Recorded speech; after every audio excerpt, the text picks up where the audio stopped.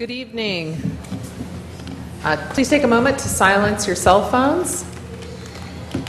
Is this something new for all of us? All right. Sir, comes our city manager. If you could please rise for the Pledge of Allegiance. I pledge allegiance to the flag of the United States of America and to the republic for which it stands, one nation, under God, indivisible, with liberty and justice for all.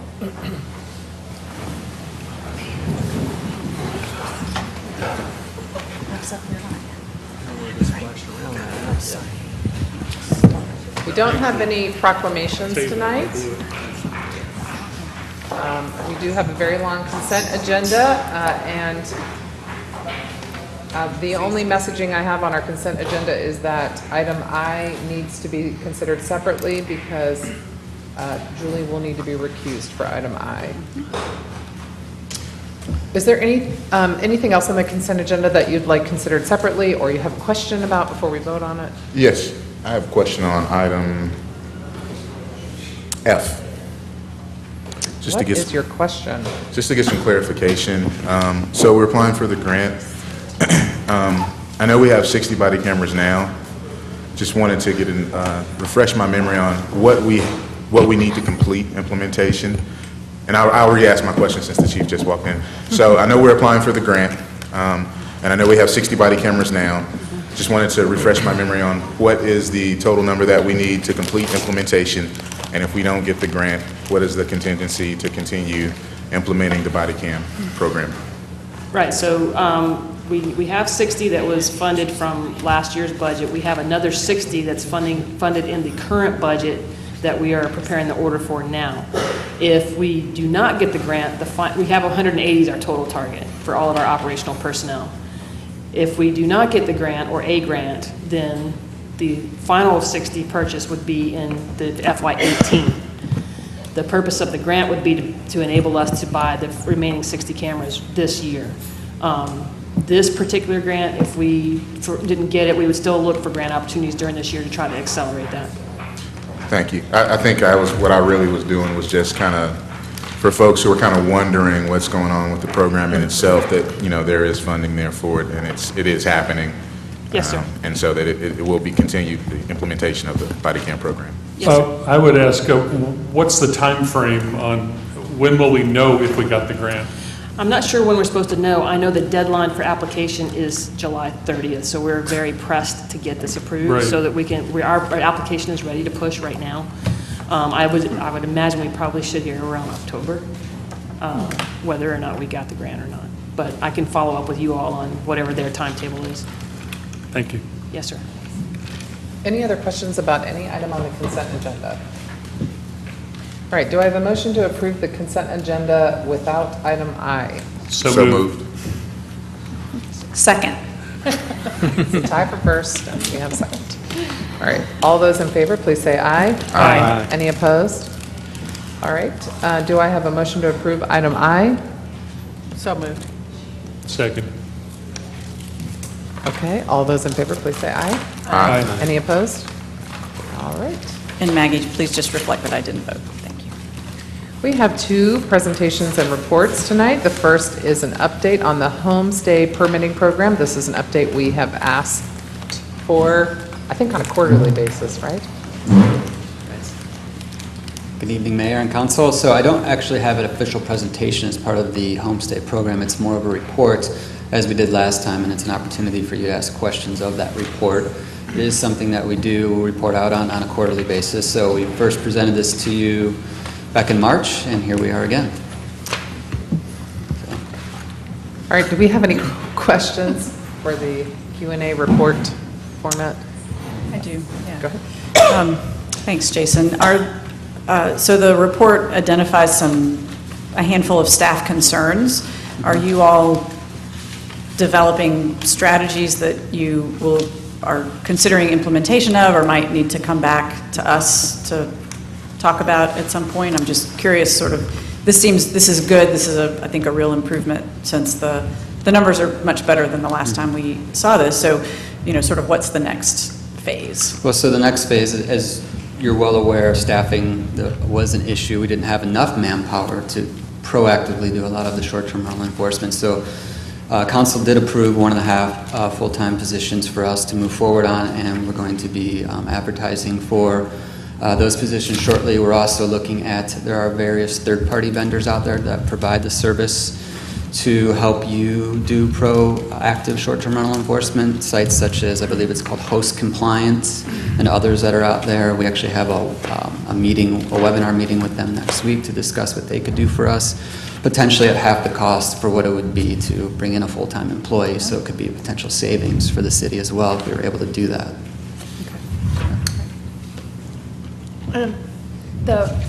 The first concern, it's adaptation of rental listing websites by actions such as the removal of all location identification information from advertisements.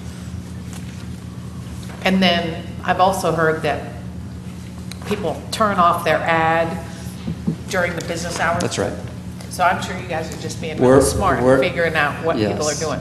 Yes, the host websites have got hip to the game, so to speak, and so that just makes our job that much more difficult to proactively enforce these things. But I think that's, when looking at these third-party vendors, that's something that they're able to help us with. We're definitely aware of that issue. Yeah, so you're trying to kind of use technology to Right. respond. Especially for those that are beyond the hours of our typical operation. Any other questions? Okay, thank you. Okay. So I'm going to stay put because I'm going to give an update on the Mayor's Task Force. So let me just take a moment to bring that up.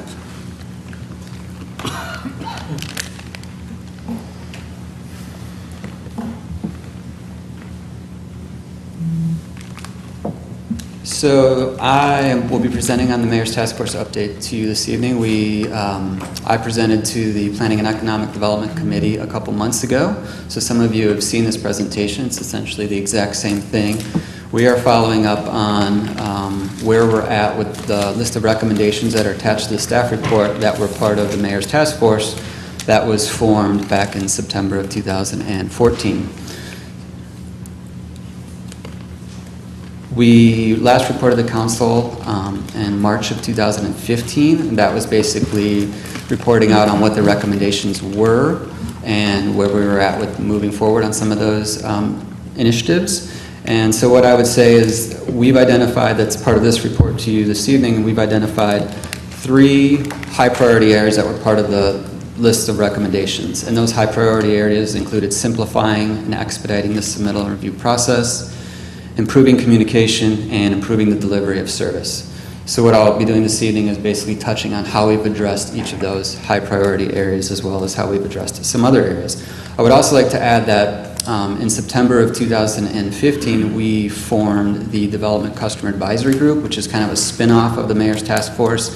It consists of about 12 stakeholders that kind of help guide us and hold our feet to the fire as far as making sure we're staying on point with some of these recommendations. So we've been meeting once a month for about the past year, and we've scaled back to meeting on a quarterly basis at this point because we feel like we're at a good place. And I'd also like to add that some of the areas that the DCAG, which we're calling them, has suggested that we also look at is developing a fast track for professionals, more of a can-do attitude, better defined processes and checklists, more online submittals, as well as improved communication.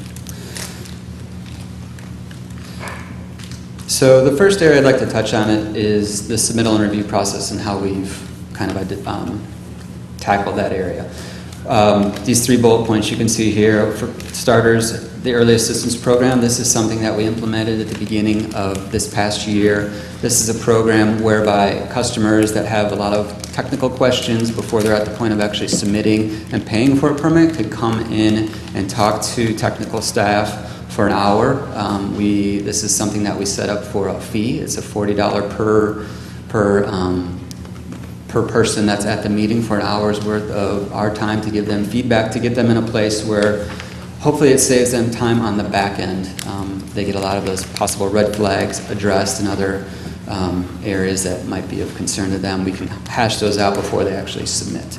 So that's something that we implemented again in January, and we've seen about 60 applications since January. Most of them are commercial-related applications, your level 1, 2, and 3 types of applications. We've also added 14 permits available for online submittal.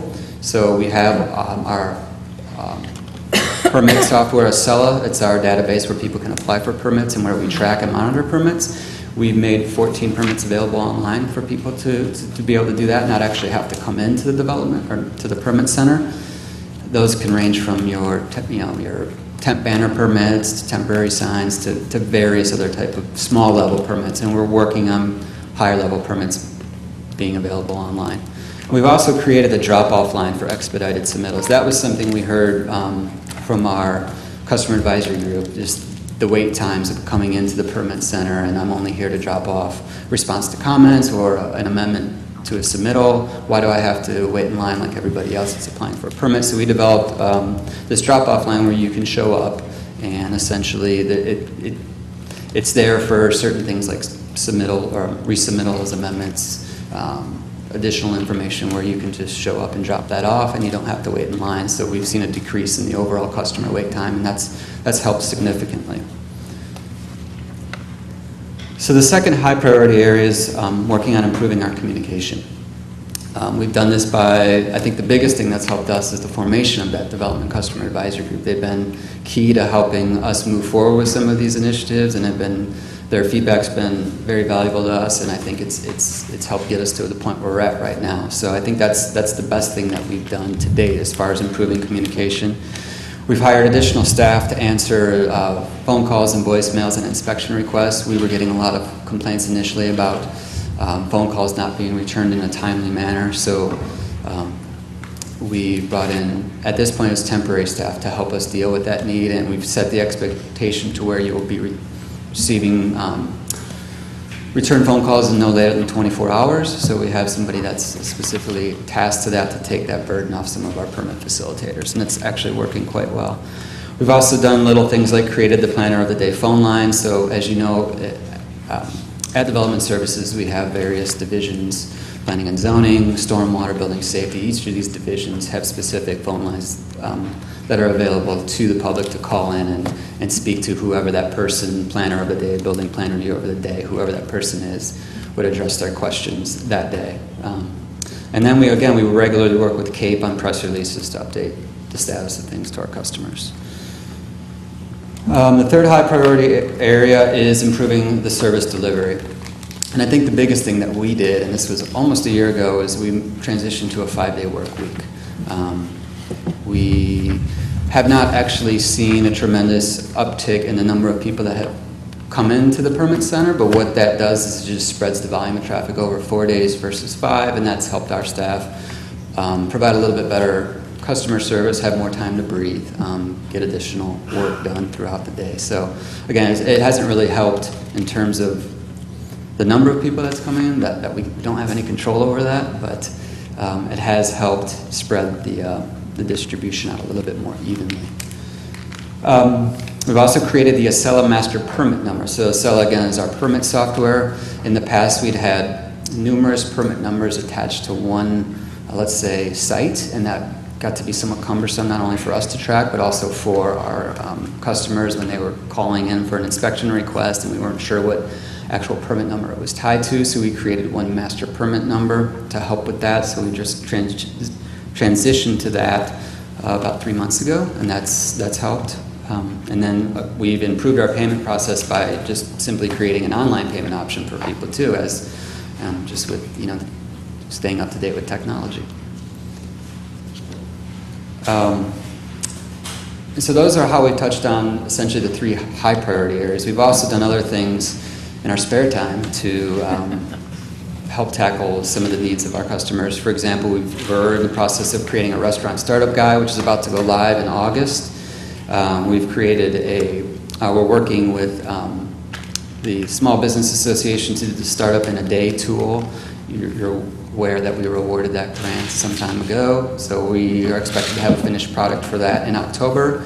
We're working with some outside vendors to look at implementation of that, so we'll have more information on that in October.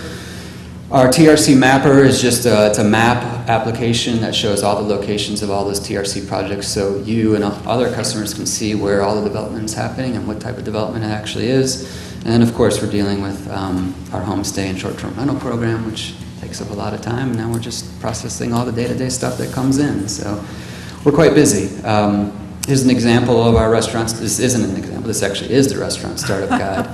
We're going to be going live with this again in August, and I would suspect this would be a great benefit to some of our small business owners, especially restaurateurs.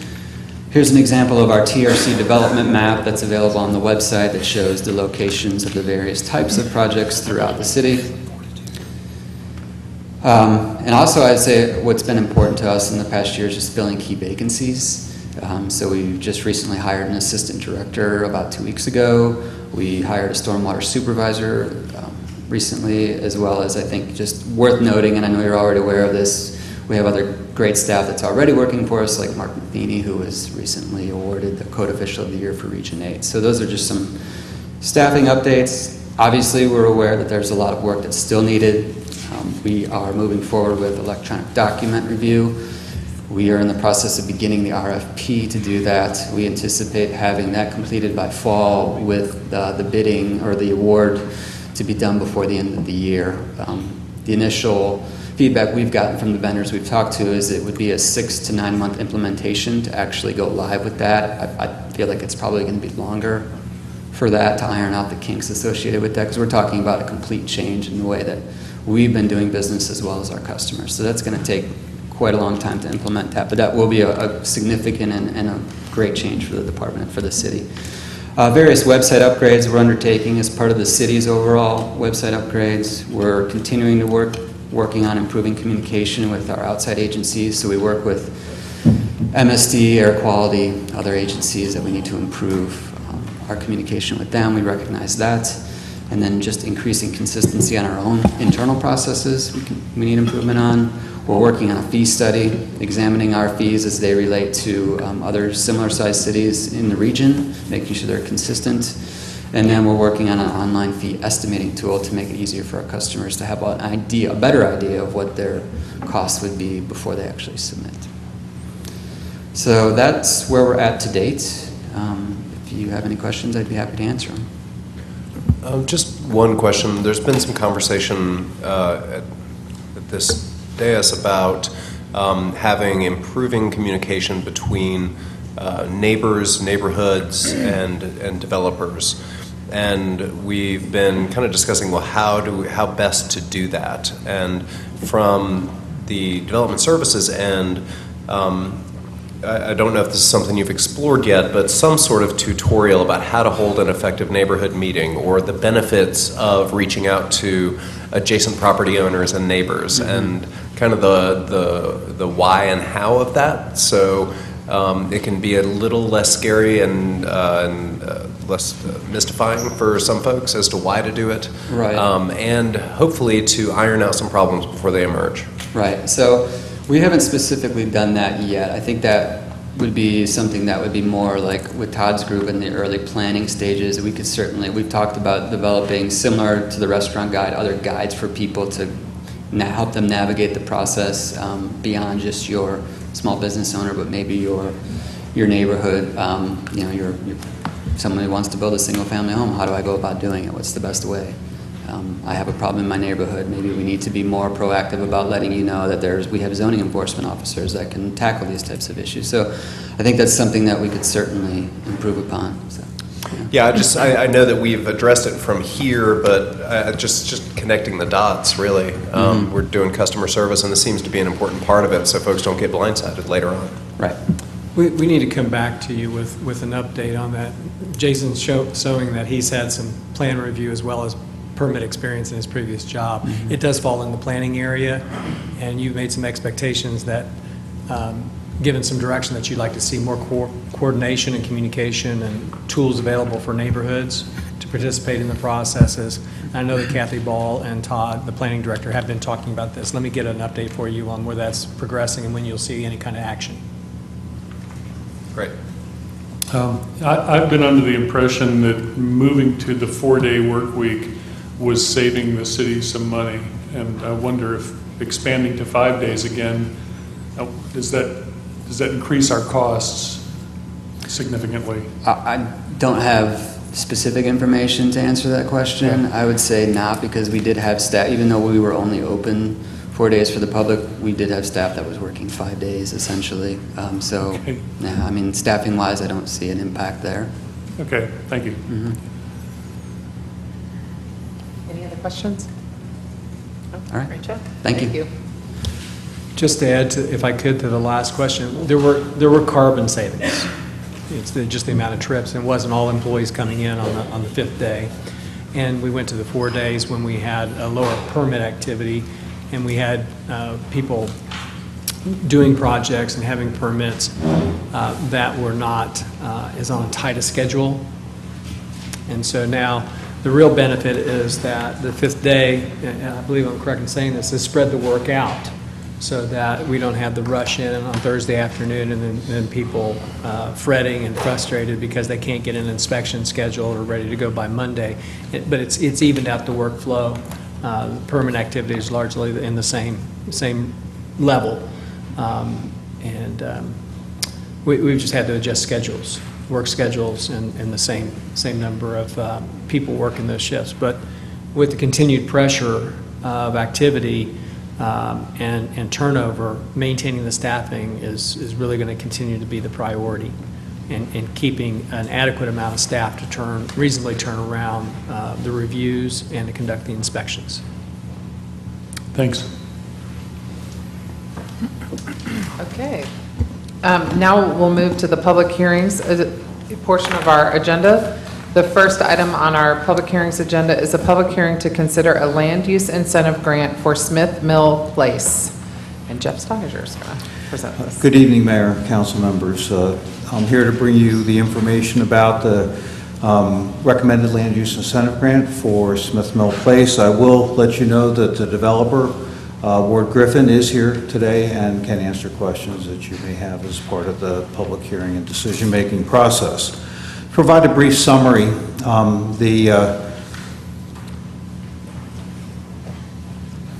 The project is located in the vicinity of 29 Oak Hill Road. This is Patton Avenue and New Leicester Highway. It is located less than a quarter mile from an existing transit stop and otherwise meets all of the requirements to be eligible for a land use incentive grant. The project is proposed to be 3 buildings of 24 units each that will be located on that site with primary access out to New Leicester Highway. Okay. So the land use incentive grant, this is, I think, really the first time where we've looked at an application based upon the policy that you amended in September of 2015. And some of you were sitting here then, and others of you were sitting elsewhere at that time. So just to recall, generally what that amendment did at the time of that policy is it significantly enhanced the points available for affordable housing. It allowed the developer to assess and provide a rationale for locational efficiency. It removed some of the points, for example, for mixed use and for brownfield development, and really became focused really on that affordable workforce housing elements. I will also tell you that the applicant, Biotat Inc., is also has been approved for a housing trust fund in support of this project, so I did want you to be aware of that. I'd like to briefly review with you the points that have been determined that the project is eligible for. It's a total of 72 units, of which 36 units will be affordable to households at 80% or less of median income. In fact, I'll go on a bit more about that in a second. That qualifies, according to your current scoring, for 60 points.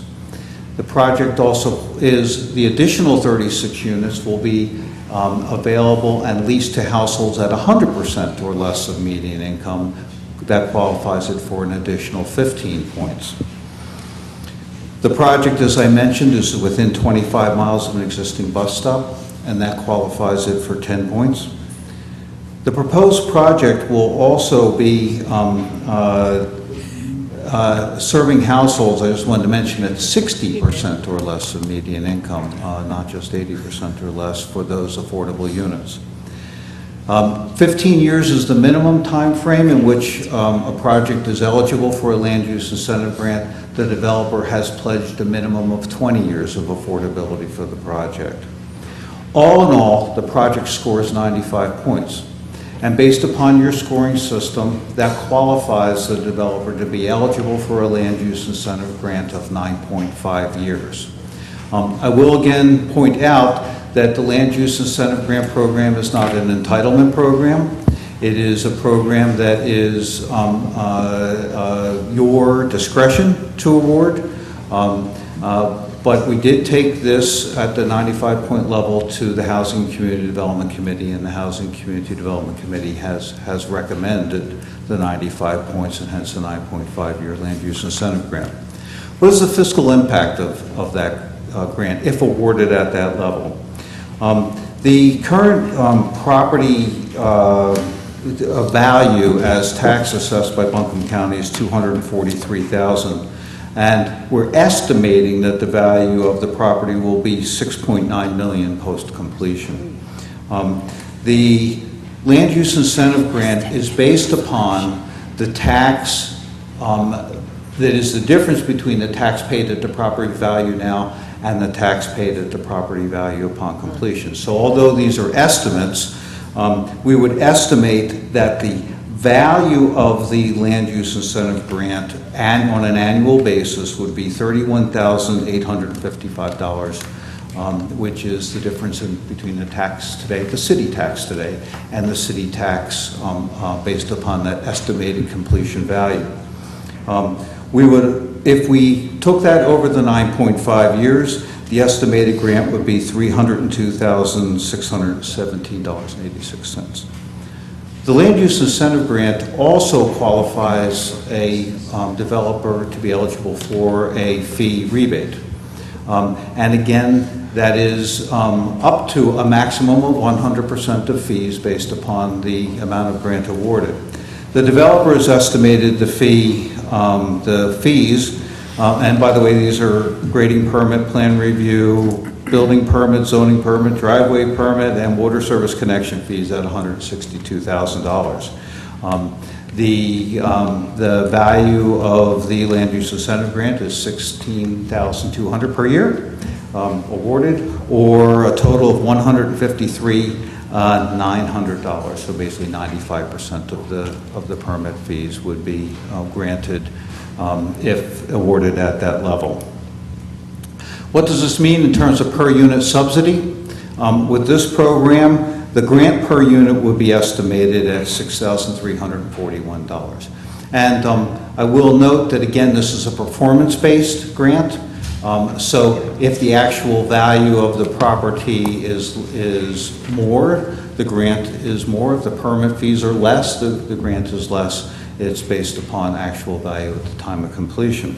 I'll also note for you that combined with the Housing Trust Fund, the total subsidy per unit would be, if we included just the affordable units, it would be $20,785 per unit, which is in line with the level of subsidy that we are providing for affordable housing of this nature for that time span through our other programming.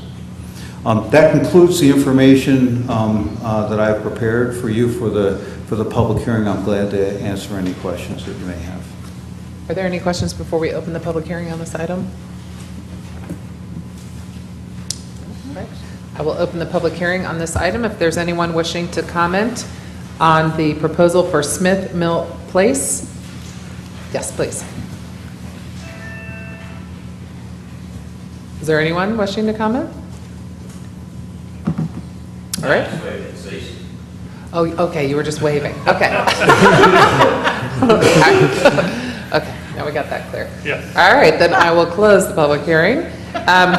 Do I have a motion?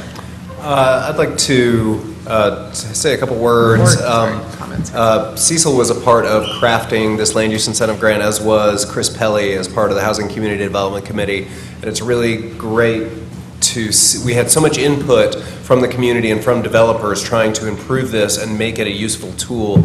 And to have builders like Ward Griffin come forward and help us figure out how to make this work is such a big deal for the city. It's my hope that this will be the beginning of a lot of developers approaching us to do this kind of work. As Jeff explained, we made a lot of changes to try to make this work better for the community and for builders. And one of the changes that we made was our very definition of workforce housing. We lowered the top of what was considered a workforce rent down to something that made a little more sense for working people in the city of Asheville. And the fact that Ward showed up and figured out a way to make the numbers work on this is a really big deal. So I want to thank him and the members who supported the incentive package. And with that, I'd like to move to approve the land use incentive grant agreement for Smith Mill Place. In seconding it, I would, you can second it, but I would like to say that I'm excited about being able to move this kind of thing forward, because it seems sometimes our efforts at affordability have been stymied one way or another, and this is a great new way to move it forward. Agreed. Good. All right, we have a motion and a second. Any other questions, comments? All right, all those in favor, please say aye. Aye. Any opposed? All right, thank you. The second item on our public hearings agenda is a public hearing to consider approving a sign package for Ingalls Markets Incorporated for the property located at 863 Brevard Road. And Shannon Tuck is here to present this item. Thank you, Mayor, members of council, members of the public. In September of last year, Ingalls Market Inc. was approved for a level 2 site plan for their property located at 863 Brevard Road. The aerial that's up right now shows location of the former store. That store has now been demolished, and the new store has been under construction for some time. The new store is located in essentially the same area, but the site plan approval also included the addition of a gas express facility that would be located in front of the store, as well as some improvements to the entrance and a general reconfiguration of the parking area. The request that is before you tonight is the signage plan submitted by Ingalls for this new store and the new gas center. It's a combination of attached wall-mounted building signage, in addition to some freestanding monument signs. While the zoning district and the uses permit attached and freestanding signage, Ingalls is requesting special consideration because what they are requesting exceeds what may be permitted under the current sign ordinance. It exceeds both in terms of the number of signs as well as the total square footage. And just real quickly, this is the new site plan that shows some improvements to the parking area, a little bit larger of the store, and then this is the location of the gas express. As was described in the staff report, the site is classified as a multi-tenant development, which allows for both a large 200 square foot freestanding sign as well as individual tenant signs based on the linear length of the facade of the different buildings. And the ratio is a 1-to-1, so for every linear foot, you get 1 square foot of attached signage, not to exceed 200 square feet. So 200 is the maximum for a tenant. It makes a little bit more sense when you think of a traditional strip center. You may have a larger anchor. That anchor may take up more square footage or more linear face of that building, so they end up with a larger sign. The smaller tenants get smaller signage based on the amount of linear footage that they have dedicated to their spaces. So just really quickly to kind of run through some of the attached signage requests. Here is an elevation of the facade for the Ingalls store. And I should say that part of what makes this property a little bit unique is that while it is technically classified as a multi-tenant because you have different activities occurring on the property, you have different independent facilities operating. So you have the Ingalls grocery store as well as the Gas Express. However, those facilities are occurring in separate buildings. And so in some respects, they operate like a multi-tenant, but in other respects, they operate like a single tenant. So if we look at it as a multi-tenant, Ingalls has 324 linear feet on the main grocery store. That would allow, but there was only one tenant in that store or in that building, and that is the Ingalls grocery. So that Ingalls store or that particular tenant would be afforded 200 square feet of attached signage. So you would essentially get your sort of your large Ingalls sign, and you may not get any of this other extra signage. And there are 7 attached signs proposed that have been identified on the attached image as well as in your staff report. The Gas Express and kiosk, these are the elevations for it. The rear elevation doesn't include any signage. The front elevation includes 3 separate signs. One Gas Express located on the edge of the canopy, one little Gas Express sign on the little convenience store customer kiosk, and then the gas price panel that is also located on the canopy. You also have on each end a separate smaller Ingalls sign that is located on the ends of the different canopy. In total, you have 5 attached signs, and that facade, or rather that linear length, is 154 linear feet, and they are requesting 86 square feet on the front and 43 square feet when you add the 2 side panels together. And I'm sorry, I just realized I neglected to mention, in total, the amount of signage that is requested on the main store is 403 square feet when you take the different signs and you add them together. As part of this request, Ingalls is also requesting approval for 2 freestanding monument signs. The first sign is for the Gas Express, and it is a 95 square foot sign, and the 95 square feet is what is encapsulated inside this red dashed line. There's some more mass to this sign, but it's not counted as part of the square footage for the sign. The height of the sign, however, is limited. There is a 25-foot height restriction in this particular zoning district. This sign is only 15 feet. So the height from the base to the top is 15 feet. And a 95 square feet for this interior panel. The main Ingalls monument sign, and the scales are actually a little bit different, even though these signs appear to be the same size, they're not if you use the little schematic men in the corner as a gauge. This sign is actually 25 feet tall. It's 10 feet taller than the one you just saw. The area that's enclosed inside the red box is approximately 200 square feet. So this is your typical freestanding sign for a multi-tenant. It's larger than what we normally allow for a single tenant because it's intended to provide panel space or identification for the different tenants. And so you may have an anchor. You see this in a lot of places. You'll have like an anchor or identified on the largest panel, or there may be the name of the shopping center may be here, and then you have different panels for the different tenants.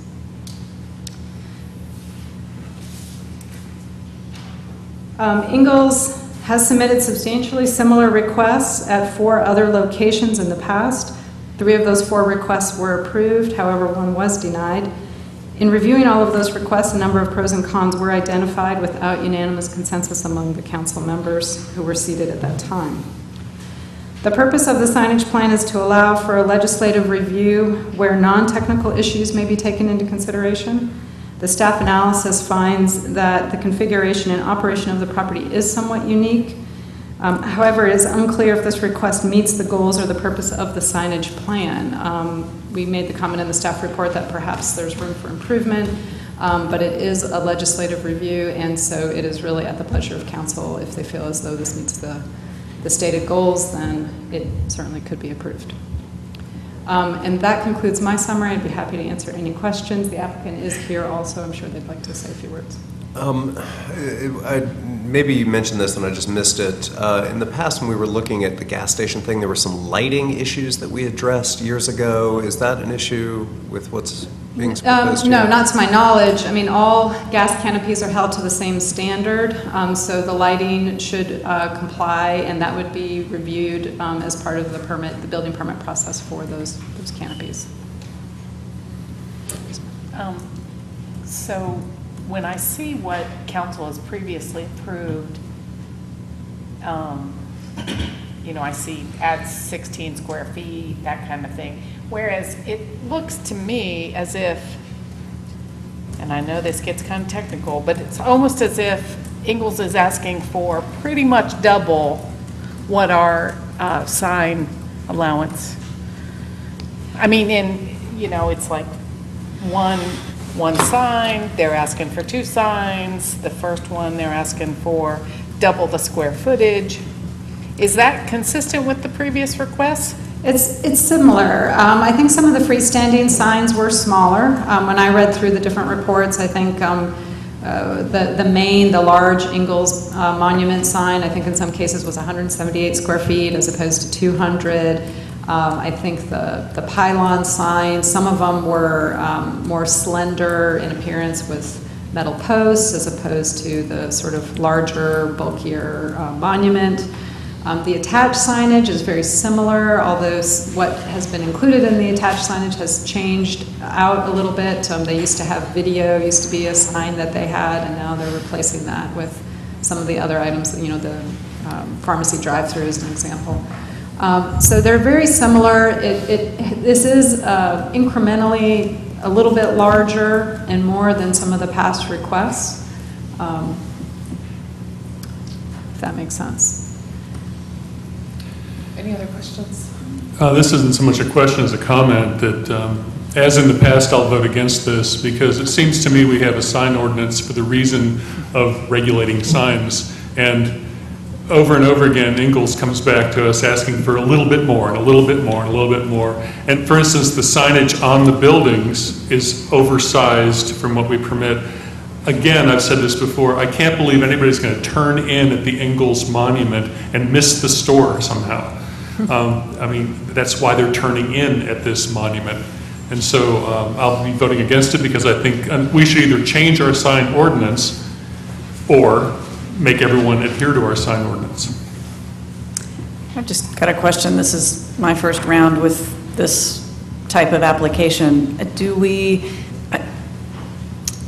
we regularly make exceptions for other businesses and particularly businesses like Ingalls that have multiple locations around town? Do we have anybody else who comes in and regularly asks for exceptions to the sign ordinance?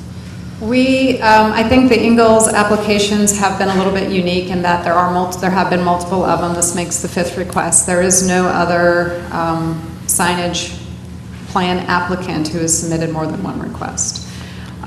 We've had one-offs from the airport, the hospital. Yeah, that was one time. And yeah, unique. And there have been a couple instances where maybe there was a small amendment. You saw one recently for Asheville outlets. But they tend to be larger, sort of campus-like environments. So, you have the hospital, the airport, Asheville outlets. Ingalls is a little bit unique in that they don't quite fit that same profile. And how often, as a general rule, do we make exceptions for the sign ordinance? Because Cecil's logic makes a lot of sense. We don't get a lot of signage plan requests. Okay. We maybe get, I think we've done maybe 5 or 6 since it's been adopted I think in 2009, 2008. So it's been around for a little while. We haven't done a lot of them. Ingalls is, the repeat applicant. Right. I think that one of the reasons that this is kind of all over the place in the staff report as far as approvals is that councils have traditionally just really understand that Ingalls is a really valuable community partner and really wanting to work together and do this stuff, but it's also really hard to justify this, because if Bilo shows up next week and wants the same thing, are we going to say, no, we prefer Ingalls? Or are we going to say, no, everyone gets a 25-foot monument outside their store? So it puts us in a really difficult position of preferring one grocery provider over another. Not to say we don't, and I do my share of shopping there, but it really puts us in this odd position. I would prefer tonight to, I'd like to hear from everybody, but ask staff to work together with Ingalls to really kind of figure out how in the future we can get into compliance and not have to do this every time another store needs signage. It seems that there's one formulaic sign, and if we can't do that, then we're asked to make exceptions, and it's not a great process. I'm prepared to open the public hearing, but I want to make sure we have all questions, and then did the applicant want to speak before we open the public hearing? Can I ask one more question? Yep. Of Shannon? So we've had a lot of grocery stores built in Asheville in the last couple of years. Did any of those grocery stores come in and ask for exceptions to the sign ordinance, or do they make their signage work under the existing ordinance? For the most part, they do. They make their signage work under the existing ordinance. We did have a request not too long ago at the Board of Adjustment, and to better answer your question earlier about how common is it for people to come in and request exceptions, it's fairly common at the Board of Adjustment. But there we're looking at physical constraints, hardships that make regular compliance impractical. And this process allows for consideration beyond physical hardships. It's technically not a variance as you would normally see it. It's like they're coming in and bringing you a plan for this particular mall, place, store, whatever it is, and you're making a determination on this based on itself, and it allows you to do something beyond the ordinance, but it's a little, it looks and smells like an exception, but it's not written that way technically. We did, Probably should be. We did have that one request not too long ago from the Earth Fair in South Asheville at the Board of Adjustment. It was actually denied. If there aren't any other questions, we can hear from the applicant. No? Okay. Good evening.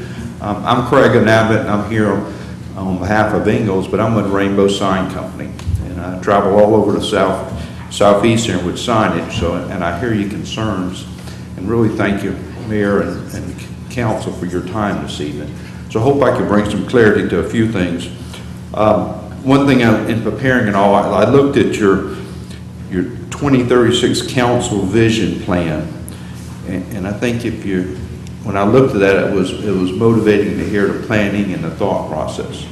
And I think if you think of Ingalls, it was mentioned, I don't really think Ingalls is here this evening to ask you to do something for them that you wouldn't do for somebody else. Okay, I'm working with them for the last 5 years. In my history prior to the sign business, I was 25 years in the food and grocery business.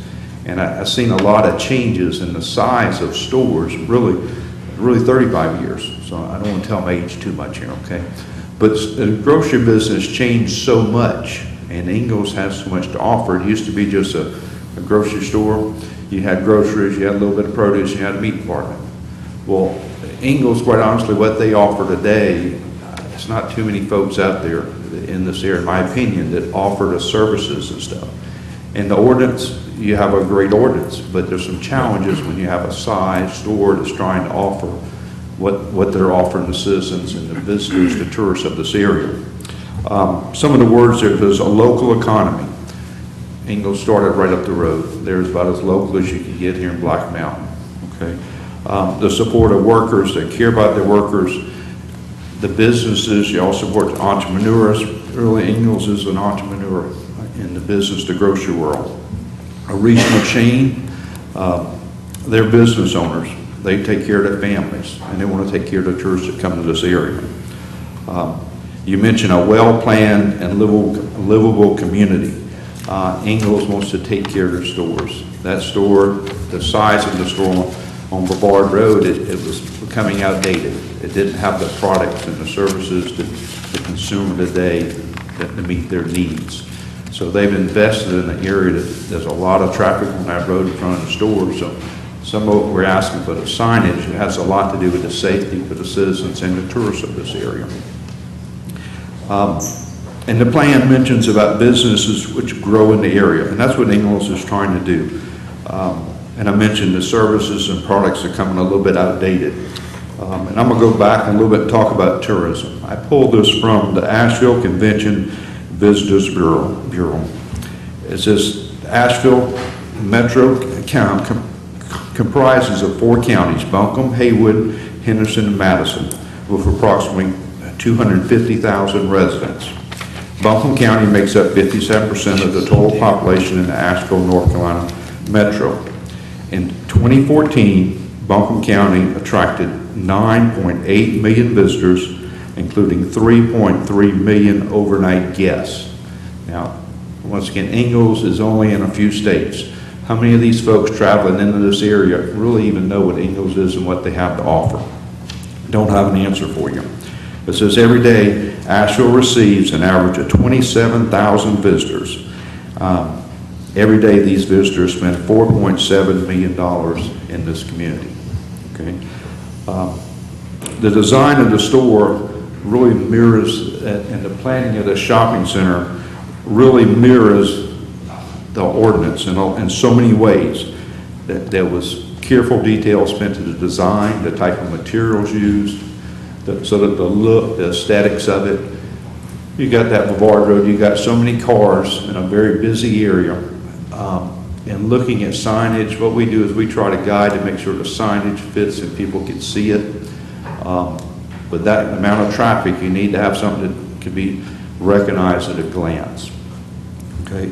Then you got your, ordinance says effective business identification. That's what Ingalls is trying to do, just to communicate the pylon there. You're trying to communicate Ingalls, a pharmacy. It's got Starbucks, the key items to say this is some of what we have to offer you. Their signage, as you see, will be free of clutter. The aesthetics of the signage and the design, I'm not sure you're going to see anybody that maintains and takes care of it. They're building a new store there because they want to better provide and take care of the citizens in the Asheville area as well as the tourists coming into this area. Challenge we have with the ordinance, you have a football field, greater than a football field there, and you're only allowed a few signs on the front of it. The signs, as you've seen on the front elevation, were evenly spaced across the front of the store. And Preston will talk a little bit how that's designed to help the citizens identify where those services are located in that store. And yes, we know in the number some of it's more, but this same sign package has been approved throughout Asheville.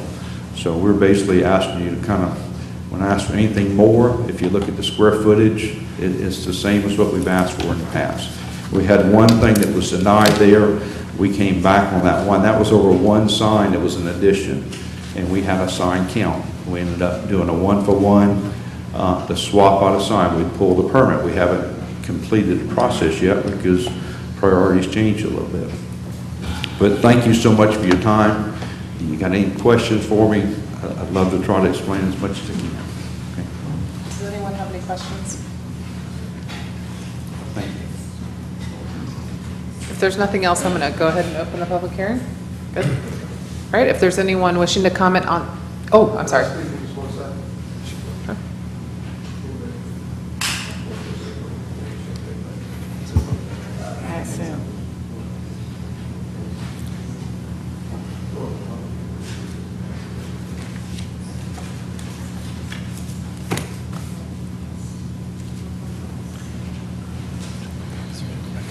For the 3 of you that are watching on TV, we're just waiting here for a moment.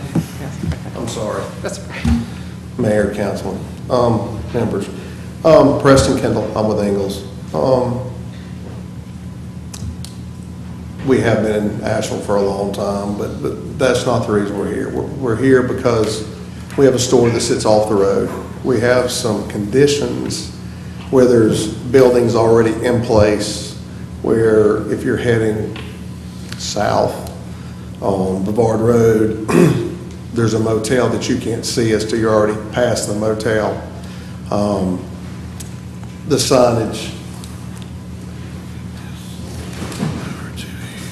The signage on the store, where you just see the Ingalls on the front, that's all that's really meant to be seen from the road. That's all that is visibly big enough for our customers to see, or anybody driving.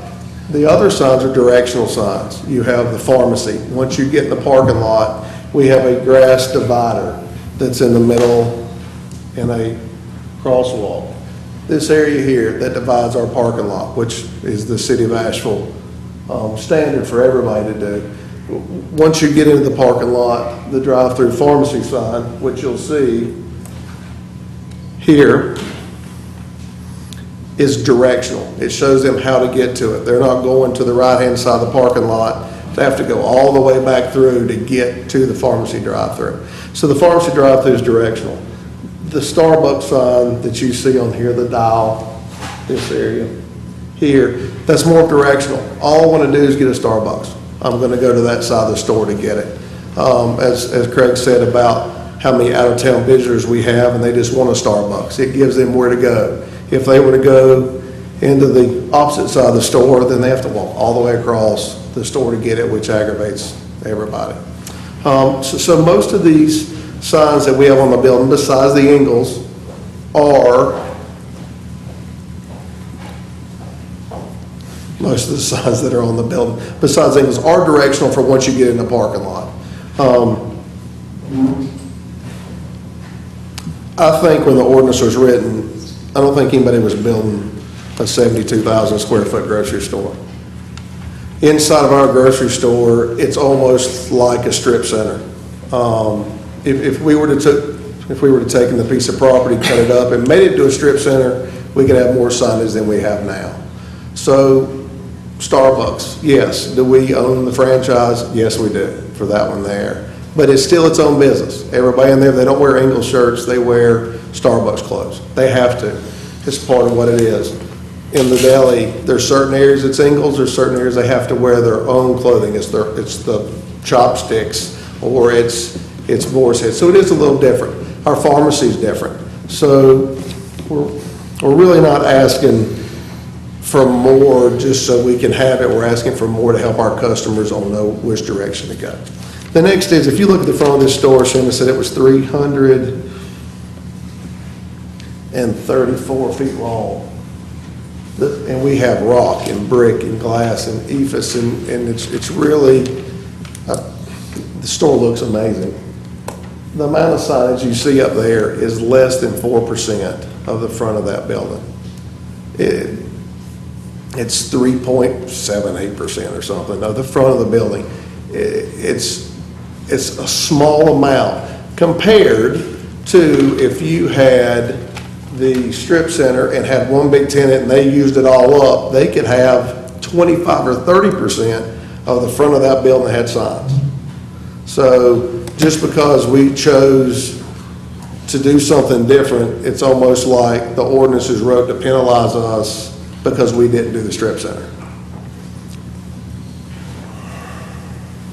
Not to interrupt you, but is anybody hot? Is it a little bit hot in here? It seems a little bit hot in here. Okay. Thank you. The gas station signs that we looked at earlier on the gas canopy. Here.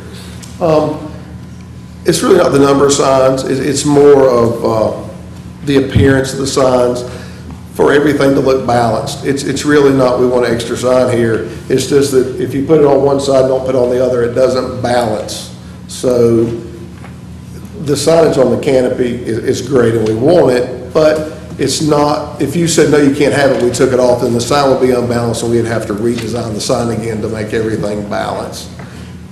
The needle and the Gas Express. The one on the kiosk in here at the bottom is just letting people know where to go pay. If you want to drink, if you want to talk, have a question, whatever it is. The pylon signs, they had this up earlier. Let me see if I can get the big one. Which is here. If you look at this, we actually see this as not having 200 square foot of signage.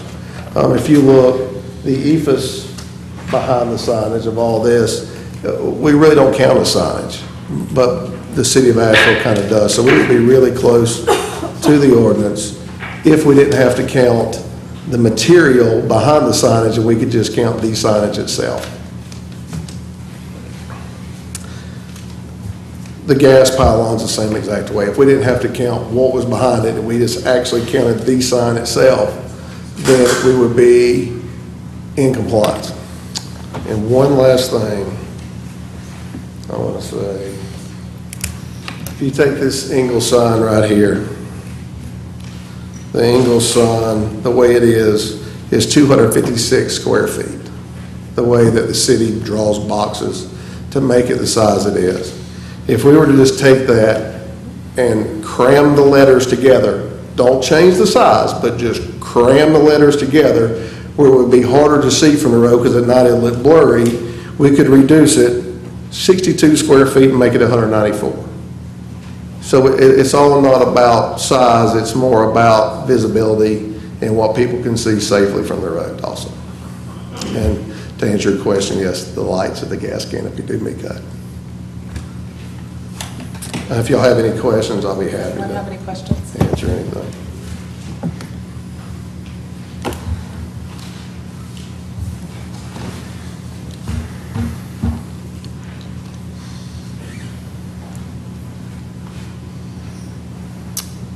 All right, I'm going to open the public hearing. If there's anyone wishing to comment on this item, now is the time to do so. You would have 3 minutes to speak. Anybody? I can't believe everyone's not here for the Ingalls sign Ingalls package. sign package. But all right, we will close the public hearing. Questions, comments, a motion? Well, I would comment again that it seems to me that this keeps pushing the limits. So the Ingalls sign on this front of the store exceeds the allowable by 57 square feet. Okay, I mean, again, you're going to turn in off the highway and miss the store? I don't think so. The American-owned is another 200 square feet. If it were smaller, I mean, I just don't get why we would want to allow an exception for one business that we wouldn't normally allow for other businesses. That's where I'm at on this. Yeah,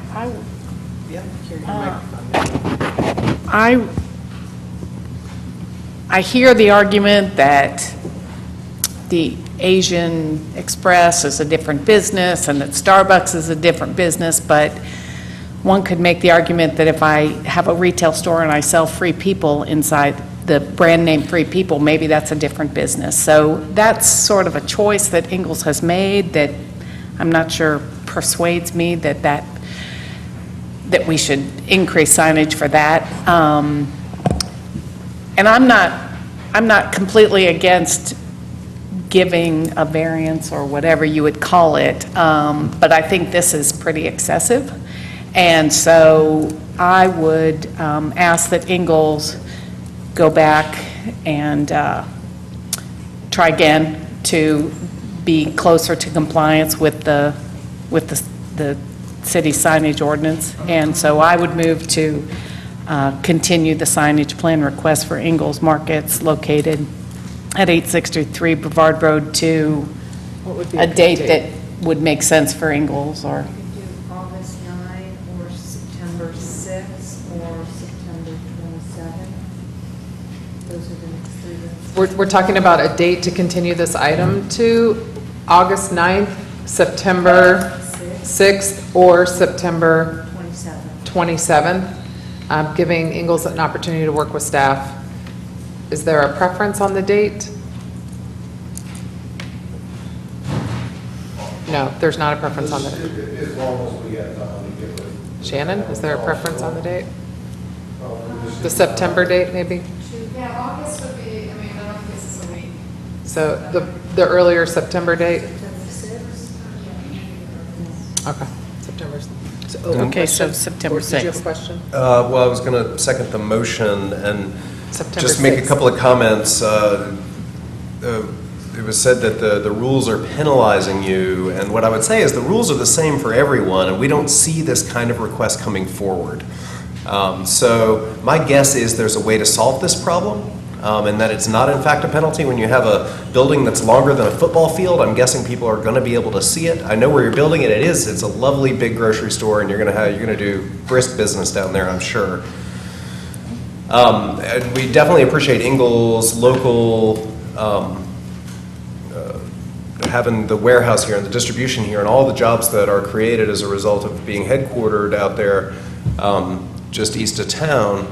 But at the same time, if we're talking about local businesses, but we're going to say we're going to make exceptions for national chains like Starbucks, like Boar's Head, that could just as easily be Penny Cup Coffee and Hickory Nut Gap Meats, and we'd be having a different conversation. So if we're talking about a local business but making exceptions for national chains that are competing with our local businesses, it becomes very complicated very quickly to say that this is a local business issue.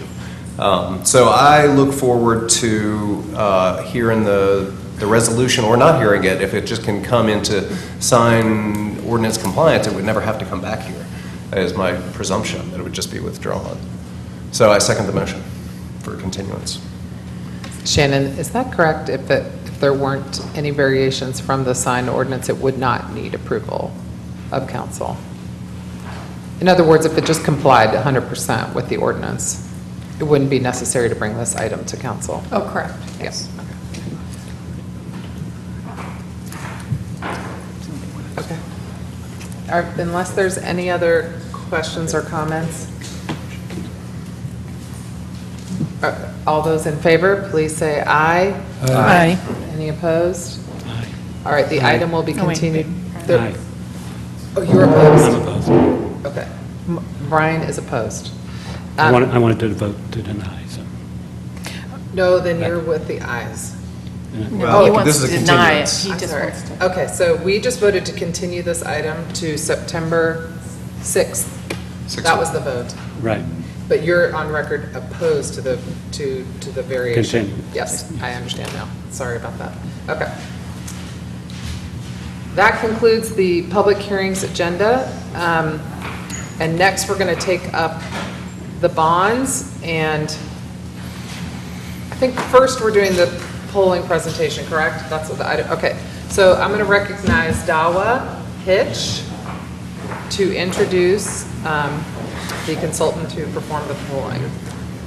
Good evening, Mayor and council members. I'm just going to take a quick minute to let you know where we are as we move forward your consideration of a potential bond referendum this fall. One of the steps that we have taken is to kind of learn just more information as you all have your conversations about that. So tonight we have Tig Watts with Campaign Research and Strategy here tonight to share some information with you about a recent polling survey that he did. Here's Tig. Good evening. I want to thank you all while the presentation is being set up for the opportunity to kind of speak with you all. I promise I'm going to keep it real brief and kind of keep things moving. So if at any time you want to jump in with questions, feel free. Certainly won't mind. And we'll definitely welcome your questions. So as many of you know, we did conduct a research. We conducted a survey in the city of Asheville. The survey was conducted between the time of June 29th to July 1st. The surveys were scientifically administered, and they were this polling sample that we conducted consisted of 403 residential households. They were reflective of a general election type turnout so that we could compare apples to apples. The margin of error of the study was plus or minus 4.9% at a 95% confidence interval, which is basically fancy talk for pollers to say that if you do the poll 100 times, the surveys are going to come within that 4.9% margin, 95 out of those 100 times. Now, there may be some instances where the poll results don't quite add up to 100.0, but that's just because of some decimals and rounding up of certain numbers. So without further ado, I want to jump into the results so that we can spend more time on this. The very first question we asked before we even went into any of the details of the study, after we asked them, are you registered to vote? Do you live here, of course, in the city of Asheville? We asked them, what's the number one challenge? We didn't give them a list. We said, what's your number one challenge? And clearly, at the top of the list was affordable housing. 1 out of every 4 people, 25%, said this was the number one issue that needs to be worked on and something done about in the city of Asheville. That was followed up with items like roads and traffic, growth and planning. There were some tax and spending issues that came up at 7%. That was followed by jobs as well as schools and education. And then there was about 1 out of 4 people who said something different besides these top 6 items. And then, of course, there was about 1 out of 5 people, or about 19%, who said that they weren't sure. They had no answer. So we continued forward. Just in case you're curious about the miscellaneous responses, again, very small numbers as far as the number of responses, but they range from water system to wages to sidewalks to accountability to drugs to you name it. These are just the top miscellaneous responses. So moving forward, we asked how they thought City Council was doing. 30% said that y'all are doing a better than just average job, whereas 40% said that you were doing a just average job. 18% said that you were doing worse than just average, and 10% were not sure. Then we asked, of course, the question about property taxes.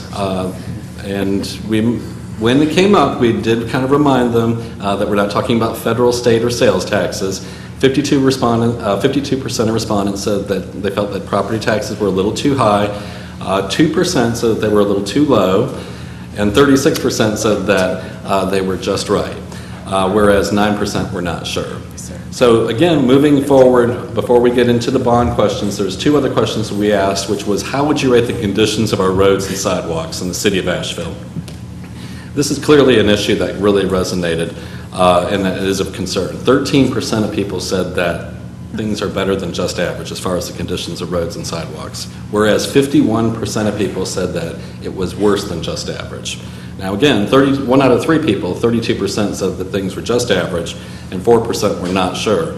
But I do want to kind of point out that is a pretty big number, 13 to 51% as far as the comparable. That's about 1 out of every 4 people are saying that something needs work as opposed to something doesn't need to be worked on. Moving forward to affordable housing, again, this is the second instance where we're catching it about the affordable housing issue. Again, 13% said that the job that's being done to provide affordable housing is better than just average. 27% said that things were just average as far as the job being done to provide affordable housing, and 48% said that it was worse than just average. So again, both of these items, clearly there's a demonstrated need from the community that they're asking for something to be done. So moving forward, we asked the question about if there was one other item that you'd like to see as far as the bond package goes. It's not too important, but parking downtown did seem to be a little bit of, as well as some transportation issues seem to be at the top of that list. And then again, there was a myriad of miscellaneous responses with police and firefighters kind of popping up as one of the leading miscellaneous responses. But again, very small numbers as far as the miscellaneous responses. So now we jump into the potential bond issues. And we gave an explanation about the $32 million that's being considered for transportation. Half of it would go towards resurfacing roads and bikeways. The other half would be used to improve and build new sidewalks, the greenway, build some bus shelters, and improve pedestrian safety and calm some traffic. 67% of people said that they would vote in favor of it if the election was today. And I want to re-emphasize that. Again, we're talking about a snapshot in time. This entire survey is a snapshot in time. It's not to be meant as a prediction of what's going to happen. And it's not, and I'm not here to say that it's going to get up to 80%, as some people have been quoting. But this is a very strong number of being 2 out of every 3 people are saying that they would vote if the election were today in favor of this bond item. The other thing I want to point out is right now, 21% would vote against it. And then 12% were either not sure or didn't know how they would vote, which is not uncommon. You expect to see double-digit not sure numbers. But moving forward, we did ask the next question about the second bond item, which is the $17 million that's being looked at for parks and recreation center improvements. Here we saw the support still is very strong. 3 out of 5 people were saying that if the election were today, they would vote in favor of it at 60%.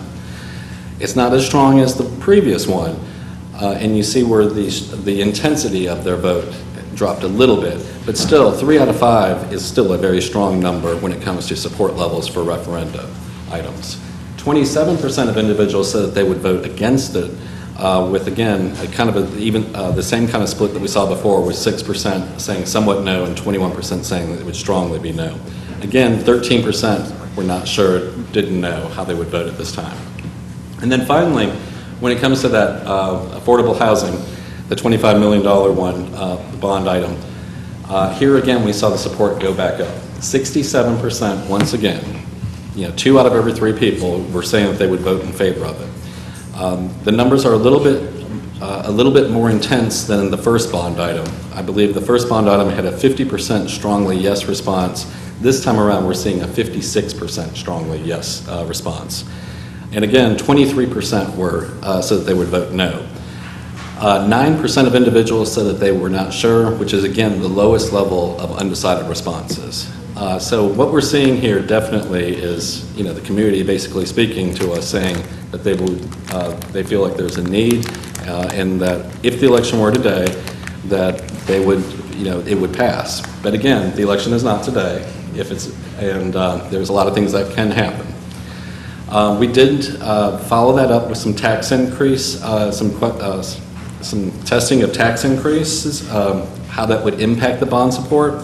And there is some concern, but generally, when it's explained to people that it could raise, the property taxes on a $275,000 home by an average of about $9 a month, we're still seeing 48% of people saying that they would be more likely to support the item, as opposed to 37% who said that they would be less likely.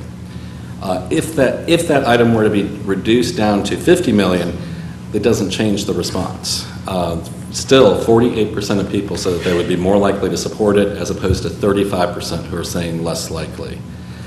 And then finally, if the bond package was completely slashed down to about $30 million, there we actually do see some movement in the numbers, but again, very small percentages. Instead of 48%, it went up to 51% saying that they would be more likely to support. Not even outside the margin of error. 36% would say that they would be less likely. So again, we're seeing, again, general support from the community for these items. There were some statements that we tested and agreed. Some of the things I do want to kind of point out, 63% of people agreed with the statement that these bond measures could help make Asheville a more attractive place where people from all backgrounds would want to live and visit. 60% actually agree with the statement that this could strengthen our local economy, giving businesses and local vendors opportunities, and also attracting global business and help creating new jobs. Of course, we tested some negative statements too, to see how that impact would be. And there what we saw was only 38% of people agreed with the statement that they were hesitant about voting for the bond projects because they didn't trust the money would go where it was supposed to go. I want to point out again, 45% disagreed with that statement, which is a positive thing moving forward.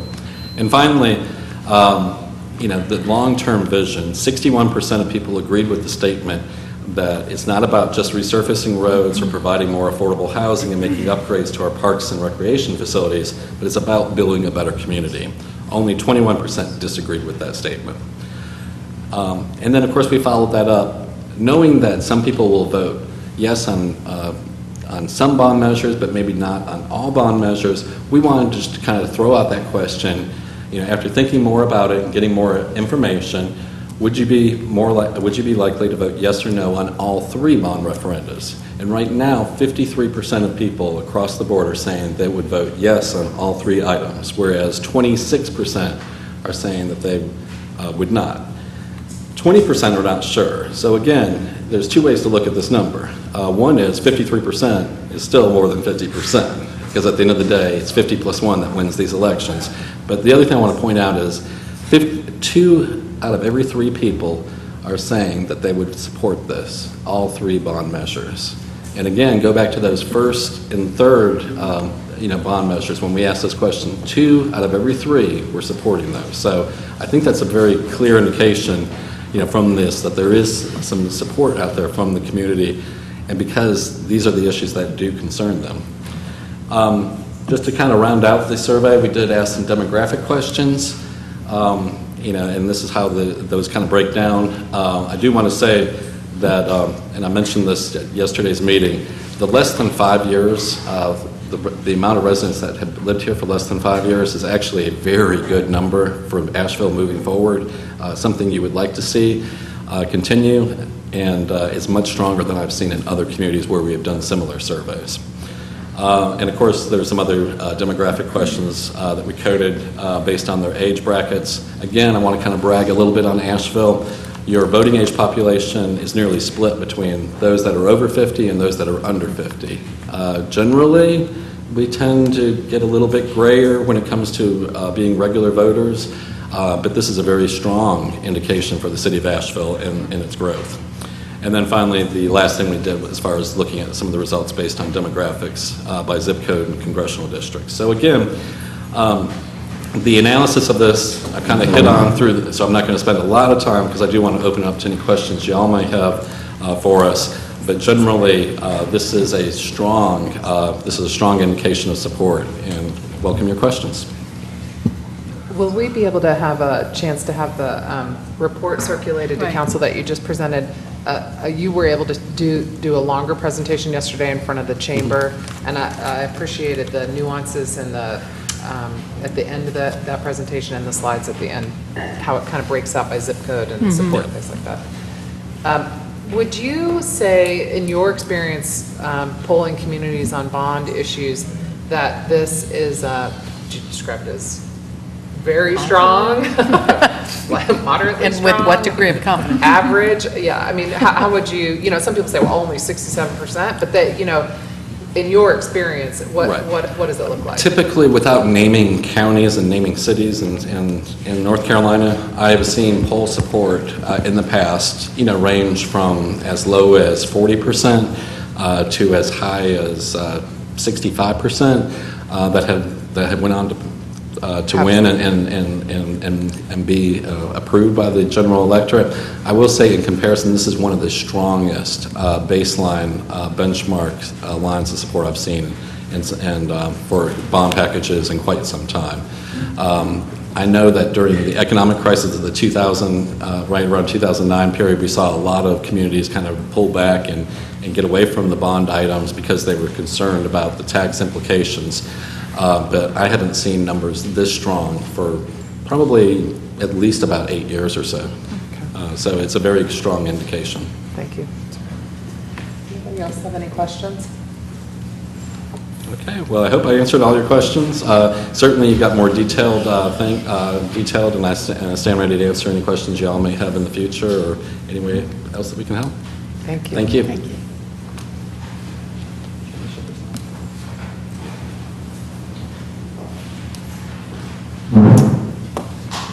All right, so the next item, we're gonna do a 2-part presentation on the bonds before we get to public comment. I have Barbara. Do I have Barbara in the room? Maybe. Oh, there she is. Oh, there she is. Oh, she's, look, the reluctant public speaker. I hear her hiding. Okay. Actually, we don't have a presentation tonight. Okay. We have our, I need to read the the introduction of the bond order. Yes. By the mayor, and then the adoption. And then you can answer any questions if needed. All right, so we'll take it away. So this is, we're several meetings in on the bond issue, and Barbara Whitehorn is the city's financial director, and she's here to answer questions if needed, but I will read the following. Tonight we are considering a bond order authorizing the issuance of $32 million general obligation transportation bonds of the city of Asheville, North Carolina. Bond order authorizing the issuance of $25 million general obligation housing bonds of the city of Asheville, North Carolina. Bond order authorizing the issuance of $17 million general obligation parks and recreation bonds of the city of Asheville, North Carolina. And with a resolution of the city of Asheville, North Carolina regarding bond orders authorizing the issuance of $32 million $32 million general obligation transportation bonds, $25 million general obligation housing bonds, and $17,000 general obligation parks and recreation bonds, setting a public hearing thereon and directing publication of a notice of said public hearing. So here's how this works. We are setting the date for the public hearing.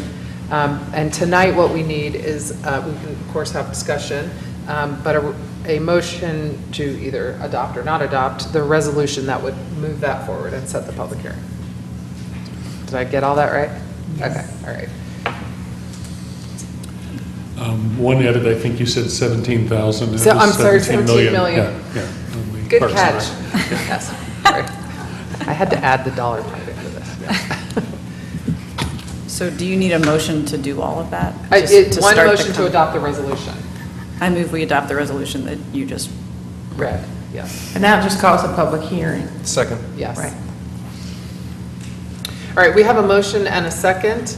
I will tell you, I've now had an opportunity to present to a number of different groups about these bonds and to absorb the polling data that we've received, which I think affirms the direction the city council is moving in here with regard to the bonds we've selected and the amounts we've selected.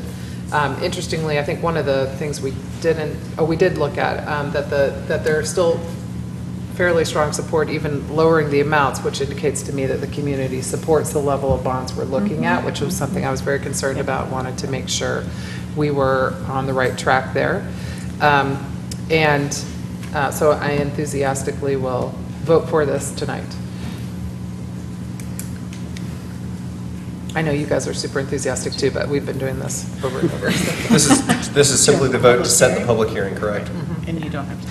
And the introduction, It'll be the last. she's done all of it. Right. Right. So at our next meeting, it'll be the final opportunity to discuss the bonds, and we will have a public hearing on that.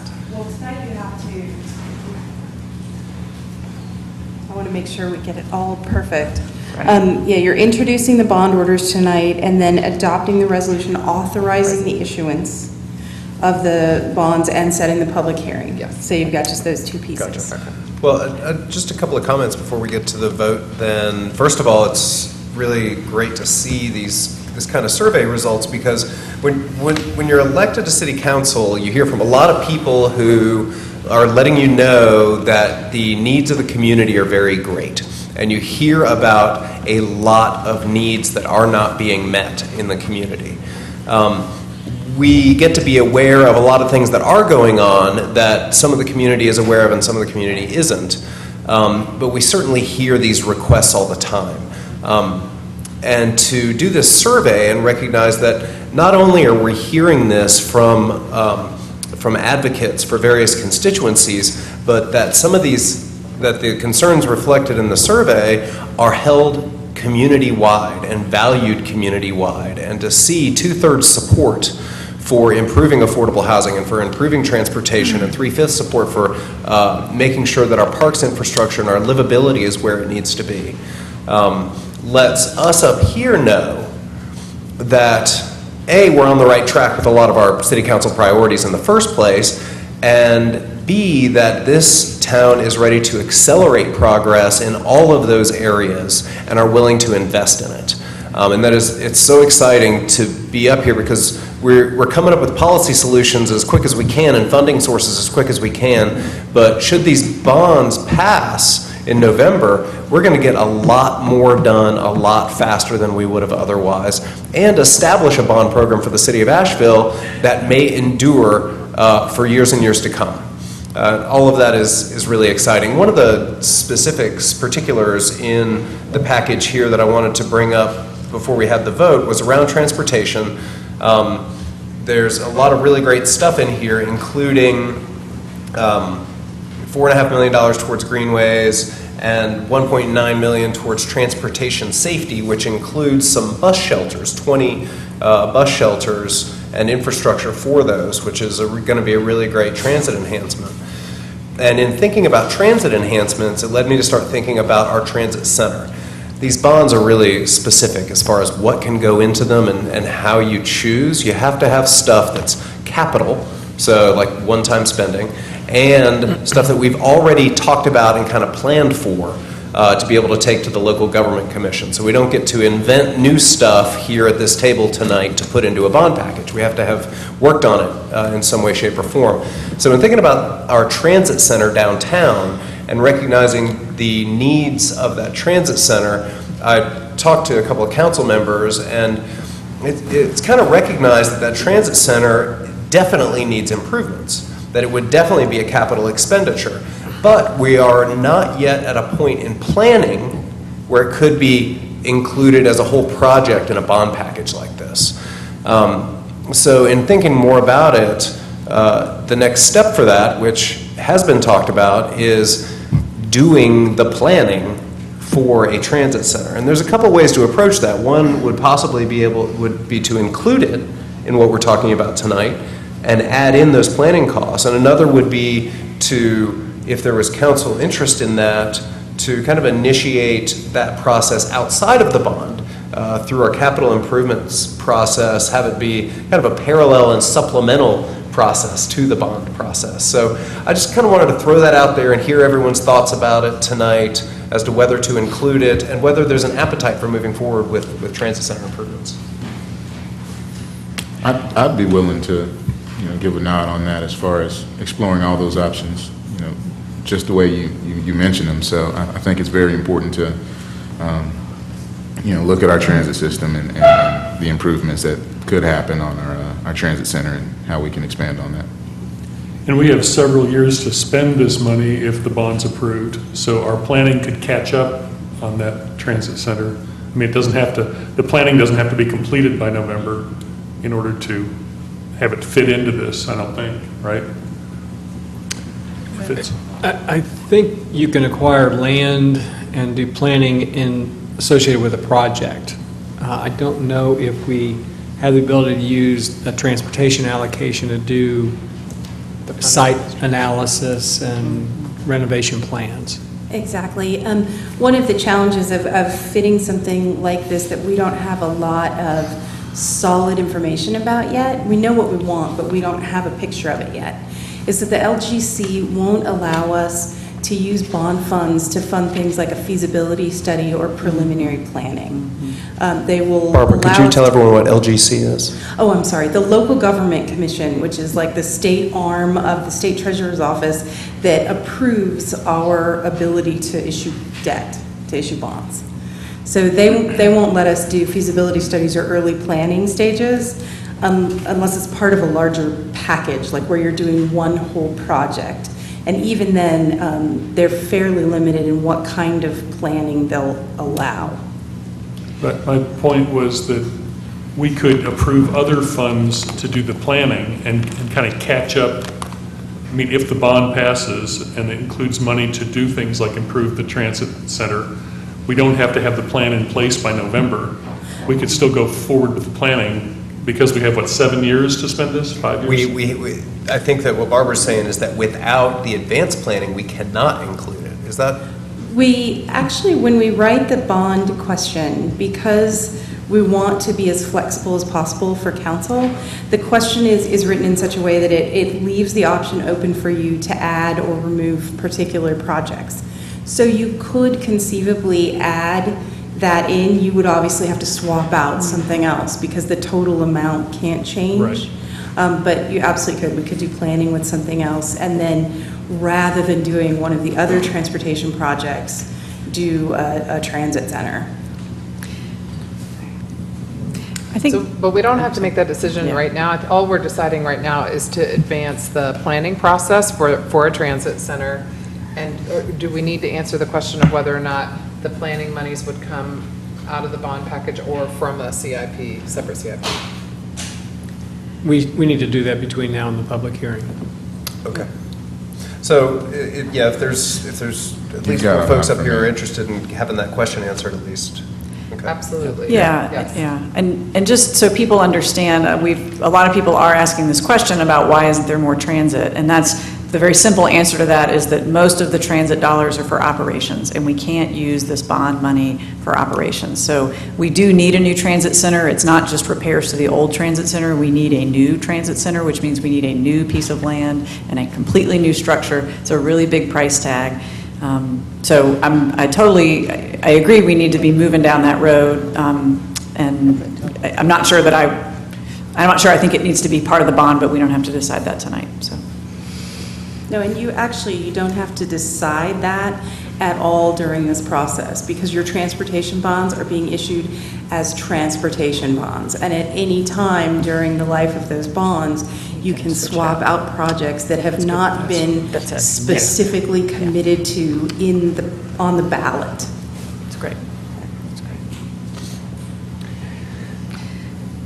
Can I just say one other thing about the bond? Oh, sorry. Well, I don't want to keep getting in the weeds on this, but I do think it's important, although we have the flexibility once they're approved, I think there are expectations from the community, and we are making presentations that give a list of roads that'll be repaved and sidewalks that will be built, and we're developing an interactive tool so that people can actually take a tour of the bond and see where this money is going to be spent. So, a transit center could exceed the amount of the entire transportation package. So I wouldn't want to, I think it's very important for us, because we do have community trust that we will spend the money on what we say we're going to spend the money on. So I think it's important that we, stick to that plan. And, there are some other big ticket items that are not in this bond that will need some creative financing. It includes Thomas Wolfe, for example.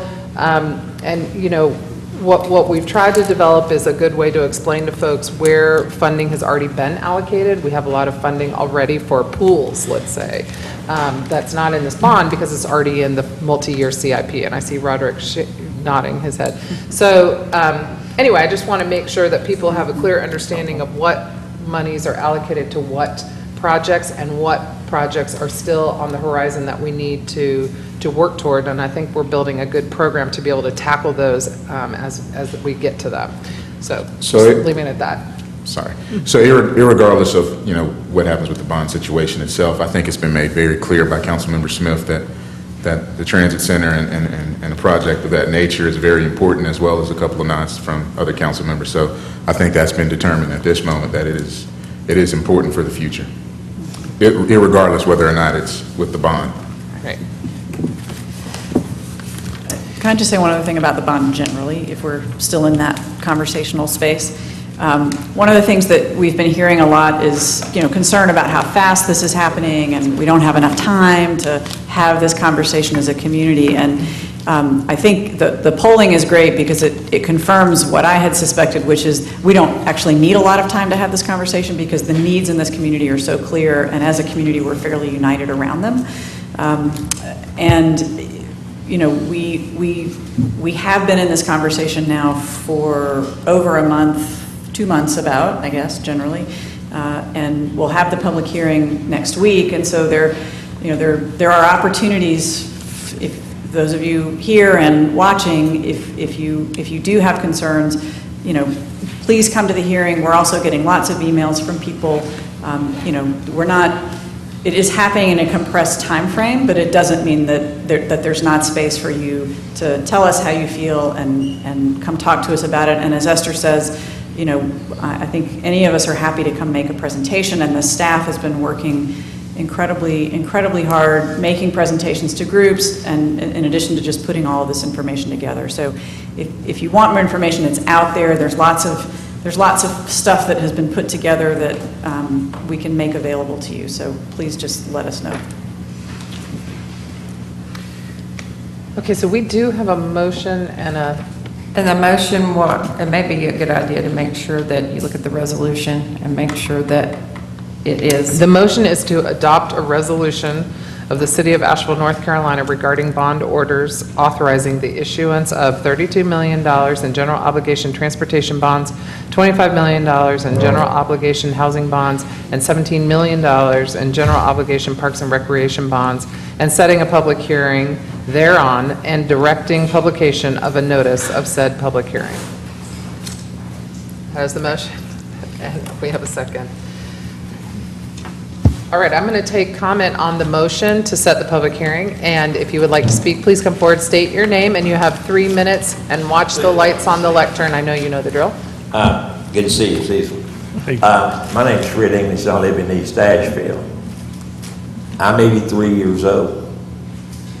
I live on a pension, Social Security, and retired Army pay. I haven't gotten paid a raise in 2 years. Reason, gas prices. There's more people in nursing homes and hospitals than me driving cars out here. I can't afford the taxes. I don't know who took the survey, but I don't believe 61% of the people in Asheville, North Carolina would vote to increase it. You've increased my water bill, you've increased my garbage bill, every bill. My license plate this year, I got a license plate for my car. It was over $400 to drive my car in the city, in the state of North Carolina. Now, if you think I want to put this on a ballot and let people vote, I think you're wasting your time and mine. Thank you. Oh, to be clear, these are for the ballot in November. The question will be put to the voters. Is there anyone else wishing to speak on this item? Yes.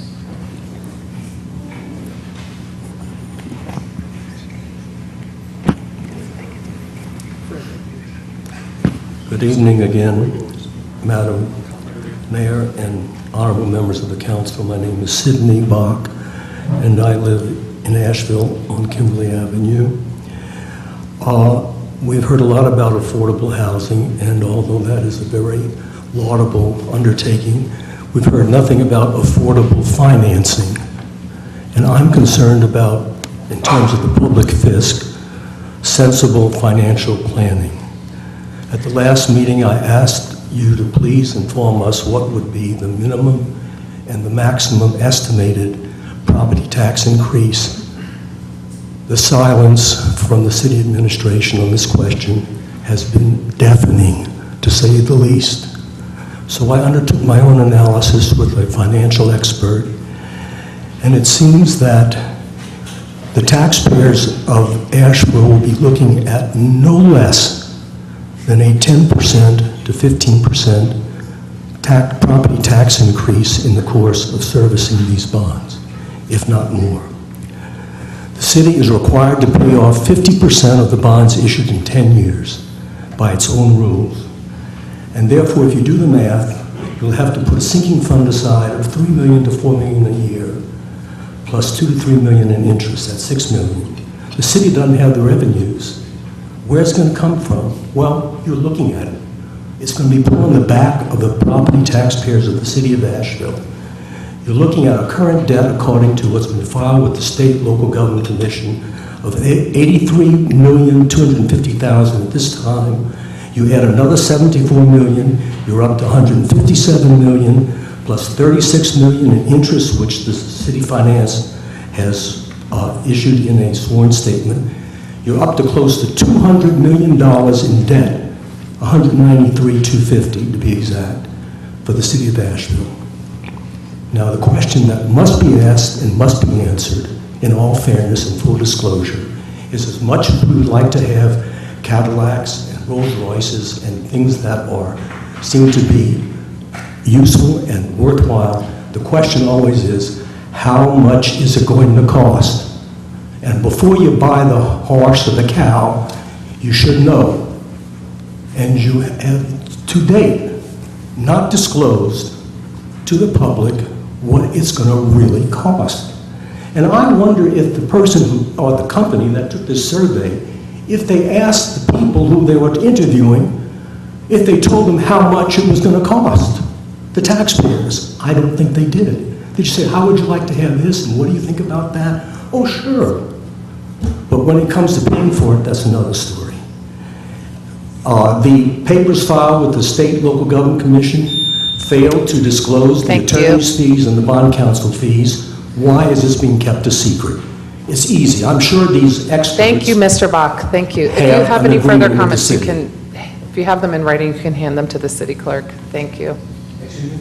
If you have any further comments in writing that you want us to look at, you can hand them to the city clerk. I've submitted them to the Local Government Commission, and I'm sure you've seen a copy. Thank you. Thank you.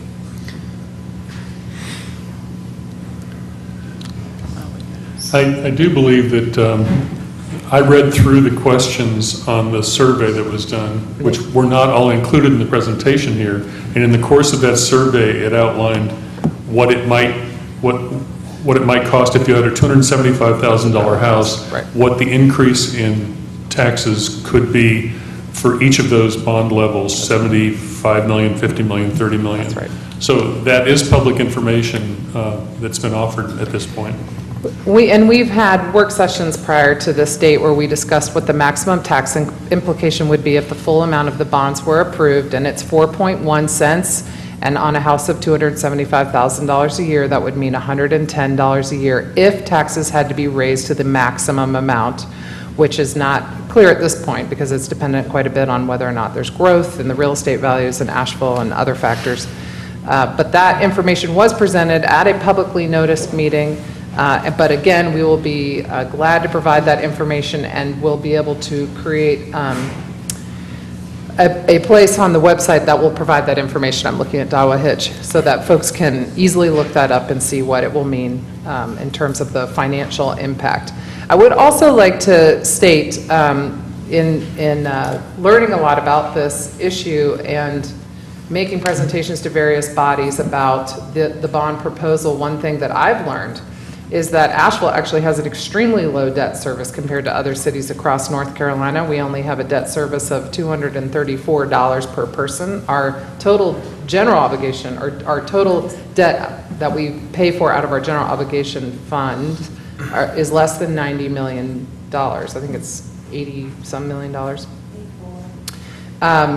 Whereas, for example, a city like Charlotte, North Carolina, has over $1,800 worth of debt service per person. Now, obviously, they have a couple of stadiums they're trying to pay for, so there's probably some explanation for that. But all I'm saying is, in comparison, we've been very conservative over the years. We have now a AAA bond rating, and we also have a very healthy reserve fund set up. So we're in an excellent financial position to be able to do this. And if you really want to get the most bang for your buck in doing larger projects, the way to do that is to do that through issuing debt. So this is in concert with the sound fiscal policies we've been developing for several years now, and really will sort of add a capstone to that and accelerate some of the projects and be able to bring about new ones that are sitting in our master plans and need to be realized. So I'm just going to add my 2 cents there, so to speak, so that we can sort of round out the commentary. But if there's anyone else wishing to speak on the bond issues, this is the time to do so. Is there anyone else? All right. Yes? I appreciated your additional comments. I would add that we have a AAA bond rating for a Yes. reason, and that's because the city's finances are in great shape, and we do anticipate continued growth in the property tax base and the ability for council to adjust the tax rate if necessary. And this bond issue would go forward with the full faith and credit of the city behind it. And GO bond rates fluctuate, but right now we think they're somewhere just below 2%. AAA bond With ratings, the AAA bond rating. municipal bonds are drawing interest rates below 2%. Okay, all those in favor, please say aye. Aye. Any opposed? No. All right, thank you.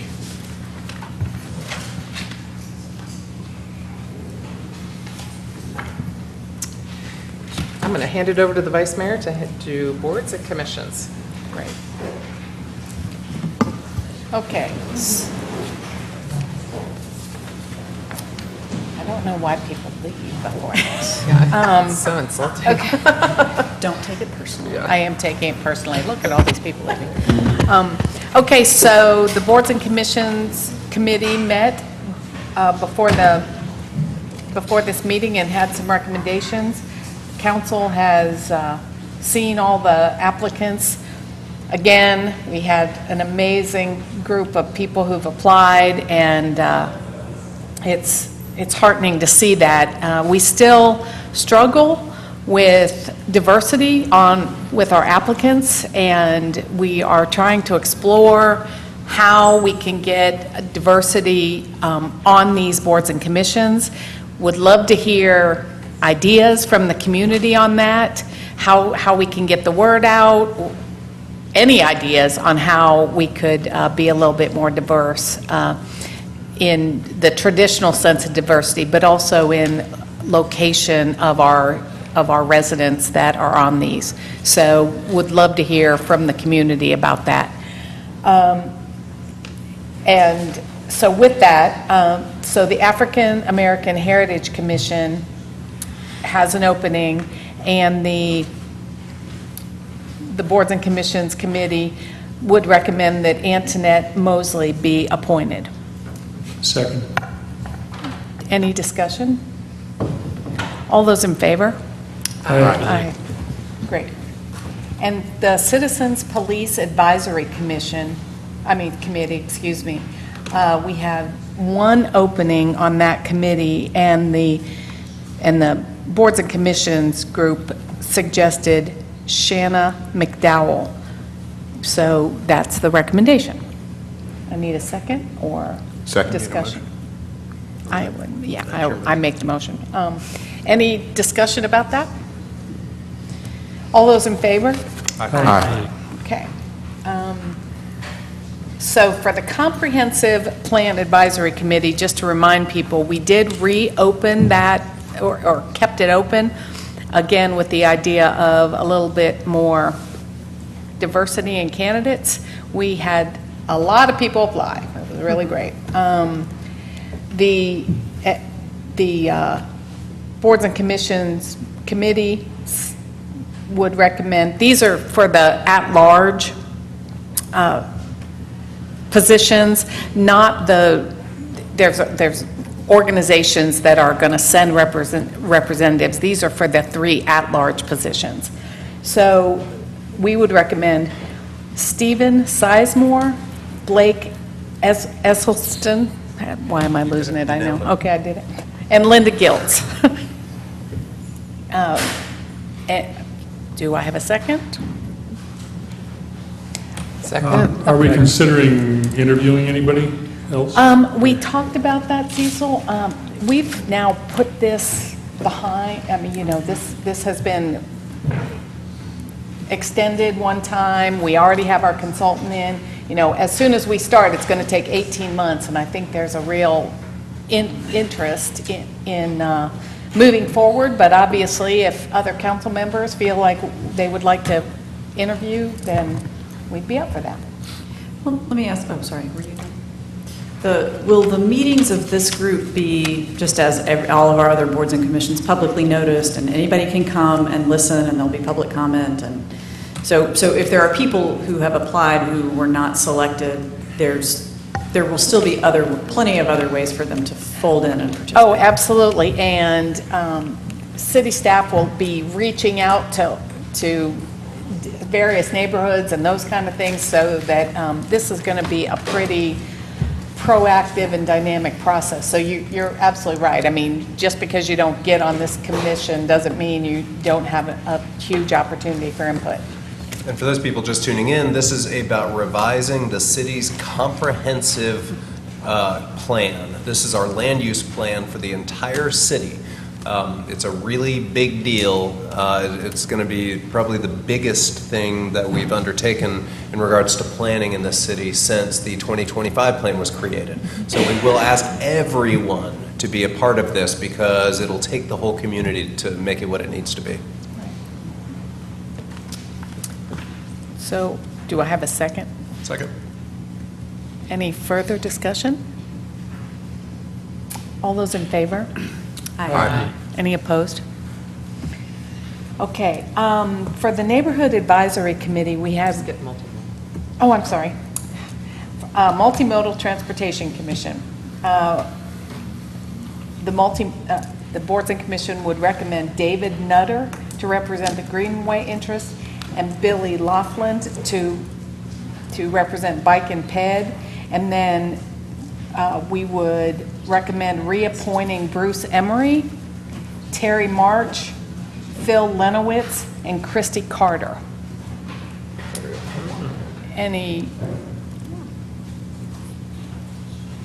Do I have a second? Second. Any discussion? All those in favor? Aye. Any opposed? Okay. So the Neighborhood Advisory Committee, we have an opening for an at-large opening, and we had an opening for the neighborhood representing the 28806 and the 28728 zip codes. We only got applicants for the at-large position, and so we would like to re-advertise for zip codes 28806/28728, and would recommend appointing Pat Deck for the at-large position. Can I get a second? Second. Any discussion? All those in favor? Aye. Any opposed? And if you live in West Asheville and want to be a part of helping to guide our neighborhood policy, please come on. We could use your help. Absolutely. So for the Sustainability Advisory Committee on Energy and the Environment, fondly called SACE, the boards and commission would recommend interviewing Bridget Herring, Emily Boyd, and Brad Rouse. There's one opening for that. Say those names again, sorry. Bridget Herring, Emily Boyd, and Brad Rouse. Can I get a second? Second. Can I second? Second. Yes, you may. Right. Any discussion? All those in favor? Aye. Any opposed? Okay. And for the tree commission, there's one opening, and the boards and commissions committee would recommend Diane Hillgrove. Second. Any discussion? All those in favor? Aye. Any opposed? Okay, lovely. So again, thanks everyone for applying. These are tough decisions that the council makes, but it's great to have so many great options, much better than a couple years ago when we didn't have as many applications. So keep them coming. We like making tough decisions. All right, we've reached the end of our printed agenda, and council, we do have a closed session, but before that, we have a number of people that have signed up to speak, so I'm going to call them out in order. The first one is Donna Dreiling, and if you would just watch the lights on the lectern there, you have 3 minutes to speak. Thank you.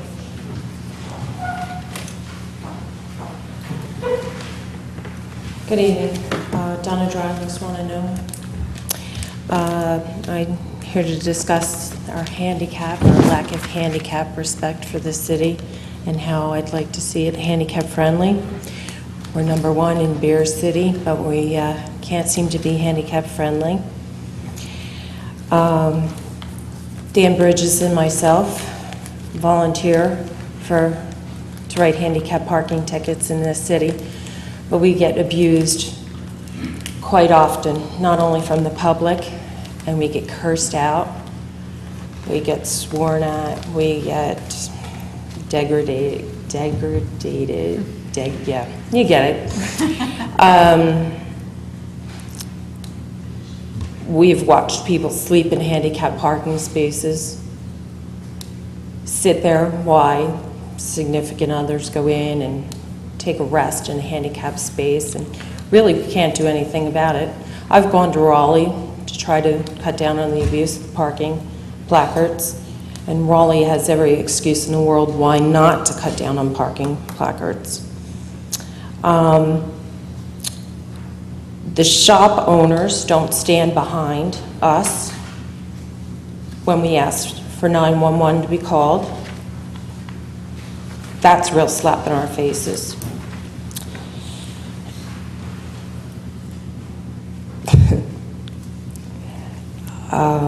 The overall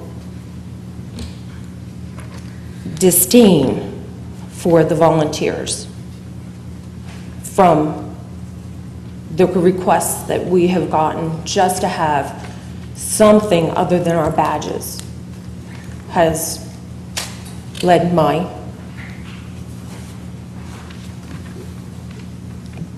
counterpart to quit after 4 years. And the best we could get out of the mayor was, thank you, that's it. Instead of an outrage, which led to a news story from Channel 13 that really got to the heart of it. And Frank Raboni did an excellent story and outraged me even more because no one takes it seriously and how handicapped people are abused in this town. Waste Pro abuses us when they don't pick up our trash when we have backdoor service.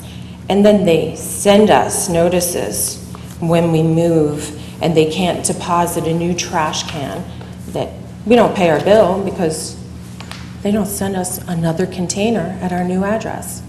I fought with them for a year. I went to David Gann. Thank you. You'll get a letter. The next person I have signed up to speak is Dan Bridges.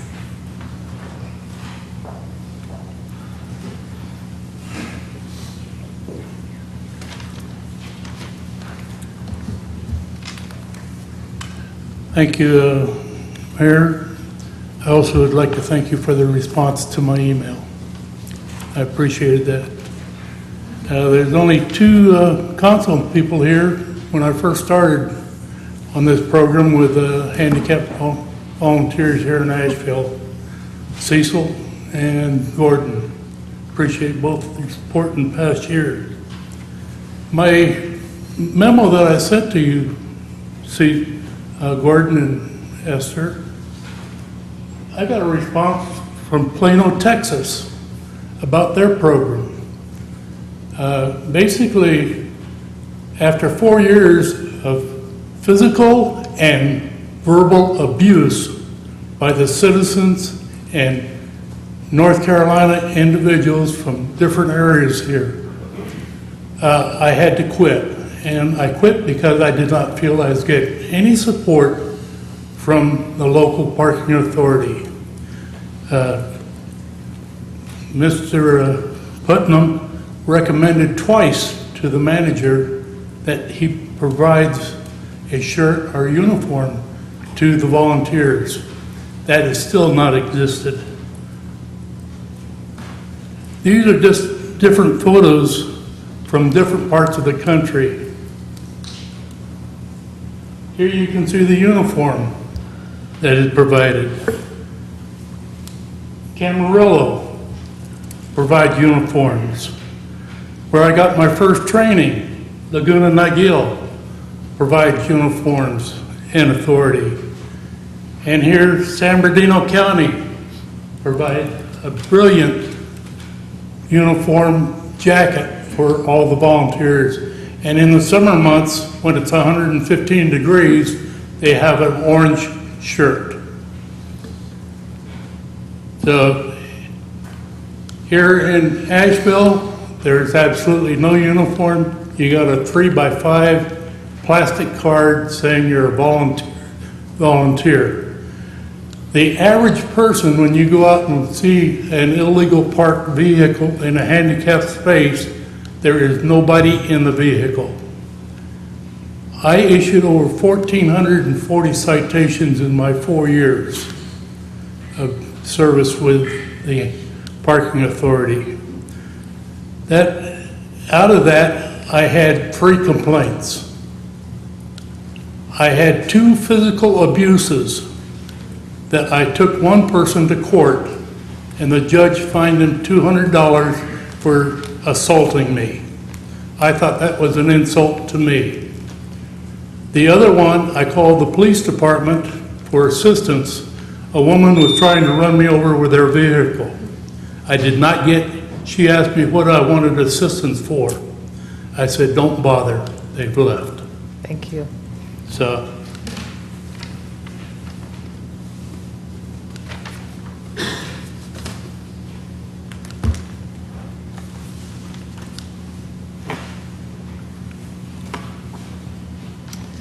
the next person I have signed up to speak is Mike Wasmer.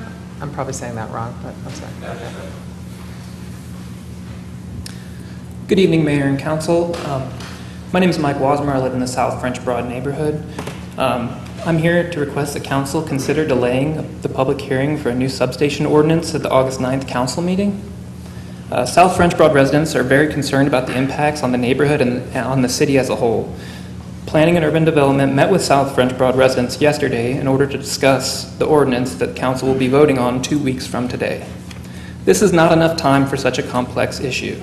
I fear that this ordinance is being tailored to fit a substation into a parcel that is too small and will create excessive leniency for future utility infrastructure in the city. Thank you for hearing me. Thank you. I don't know if there's anyone, just an update on that item.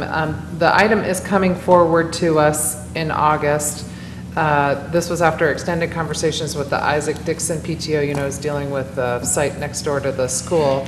And I personally had promised them that we would be considering the ordinance because we had delayed it once before. But you're speaking of the Hilliard site. Yes.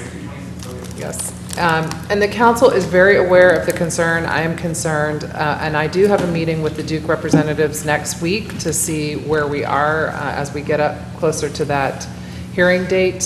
So we're hearing you, we're hearing the concerns and trying to either figure out if we need to delay that consideration or hash out a compromise or something by that point.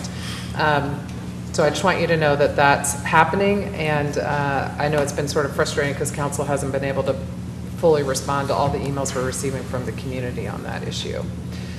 But just know that we're hearing you. Okay. And Esther, can I just ask a question? Just to be clear, the ordinance is a general ordinance about the location of substations generally. Well, so yeah, that is a good, so the city doesn't have any authority to be able to tell Duke where it can buy property and site substations. Where we do have some input is on the buffering ordinance, which is looking at what buffering has to go around a substation and what the setbacks might be and things like that. That's where the city can try to provide input.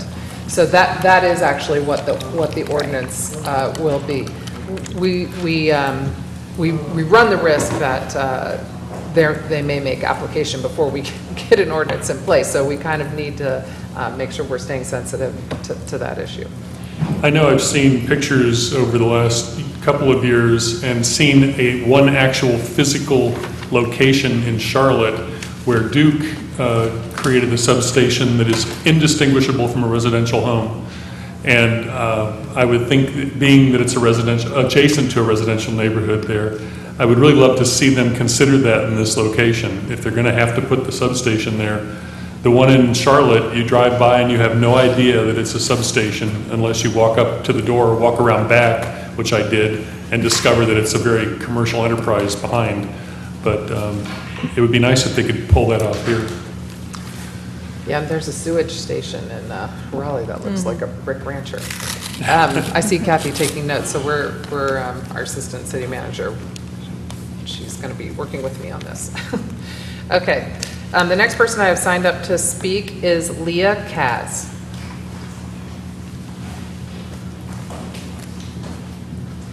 Hi, my name is Leah Kaz. I live in East Asheville. Thank you for letting me be here today. Part of why I'm so excited to make a public comment is for the transparency between city members and the officials that represent us. So I come here today as a voter, as a citizen, and as a community member. I'm particularly concerned about the lack of response to House Bill 972, which McCrory recently signed in. It makes it illegal for citizens to view police footage. Given the national conversations that we're having and the conversations right here in Asheville, I find it appalling that this bill was signed so recently after people across the country and across the world have been saying we need more accountability between our citizens and our police forces. As long as we have bias in any form, as we know we all do, you are just as susceptible as I am, and we have police officers who are human beings with weapons, we will see disproportionate rates of violence.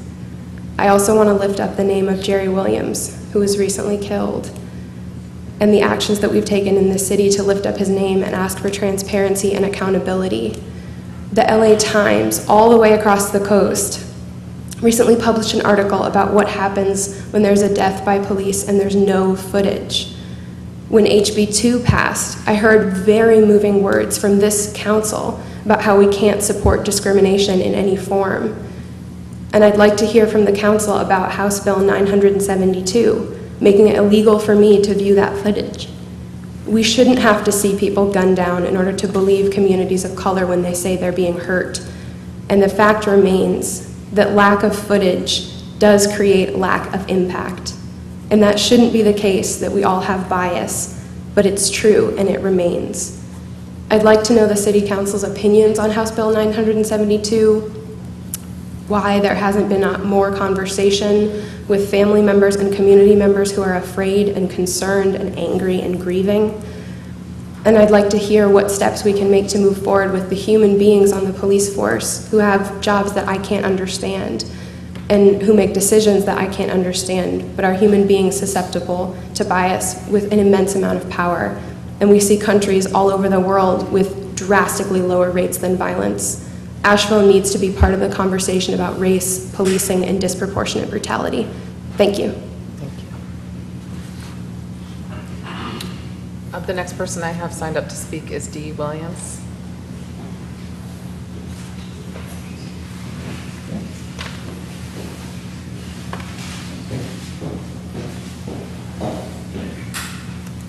Madam Mayor and members of City Council, ladies and gentlemen, my name is Dee Williams. I'm an Asheville native, and I too am here to hold up the name of Jerry Williams. And even beyond that, I just want to say it's been a very long 2 weeks. I want to also just give you some information about the fact that I never thought that I'd live long enough to see people care enough to come out in the streets and to do a sit-in. My role in that is that I have been a technical advisor to Black Lives Matter here in Asheville. I'm incorporating them as a North Carolina corporation. They've also joined in with United Community Development, which is a Southside agency and a 501c3 nonprofit, and also the Southside organization. There's a new paradigm, and I heard that you were looking for people to talk to, and the black ministers are no longer, I'm not saying relevant, but certainly most of the young people and most of the poor families in this town have not received any services from the church, and most of the churches are suffering themselves economically. And I've reviewed a number of their income statements, and I can tell you one thing, they don't have a lot of wiggle room. So we've sort of organized here and are taking upon ourselves. I just want to extend my condolences to Jerry's mother, who is in the back. And had I known, I wish you would have contacted some of us so that we could have taken you, so that you could have personally spoken to his mother. There are some of us who are in this community in neighborhoods every day. So you need to be aware that the cherry picking and selecting leaders is not a thing that any of us can ill afford to do. You need to pick people or see or deal with people who have their feet on the street and know how to get things done. There are a number of issues, and I understand you're trying to put together some that deal with how to change policy and procedure. I want to just say that to you legal folks, I know about qualified immunity and how that works as far as civil litigation. I don't want to get into that, but I do want to say that I don't want this young man's death to be in vain, that there's some things that we can do in this community. You have a group of people I believe you've appointed already. I would ask that you bring more people to the table who do have their feet in the street, who know what's going on in the community. And I'm going to relinquish my time to the rest of the speakers. Thank you. Thank you. And the final person I have signed up to speak is Ray Mapp.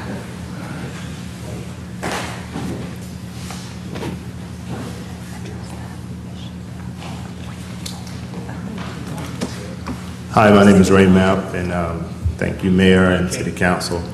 I'm here to speak on behalf of the city, the city of Asheville. I'm also a native of Asheville, and I'm very concerned about the Asheville community as a whole, and I'm hoping that City Council can be instrumental in trying to push policy that will make the community safer and the police safer. Because right now what is happening is making the community more at risk, as well as making the good police officers more at risk. Anytime someone has a job or a job where they have lethal force or lives are in jeopardy, they have to follow procedure. You know, and right now the legal system allows police sometimes to not follow procedure and kill people. And that's disgraceful. It's something that America should be ashamed of, and we have to be more responsible for it. Anytime a police officer decides not to follow procedure, they're no longer police. They're domestic terrorists. Now, when a person is killed in front of a community of children, and the person who shot is allowed to lay in the street for hours on display in front of the children, that's terrorism. And we don't want to be taxpayers to domestic terrorists. So please help us put policies in place that have police to follow procedure. If a heart surgeon goes straight in and rips somebody's heart out and avoids procedure, that person is going to die. And that's the same way with the police. If they don't follow procedure, they could get hurt, or the taxpaying suspect might get hurt. So please help us out. All right, counsel? Thank you. That's the final person I have signed up to speak. Is there anyone else wishing to speak?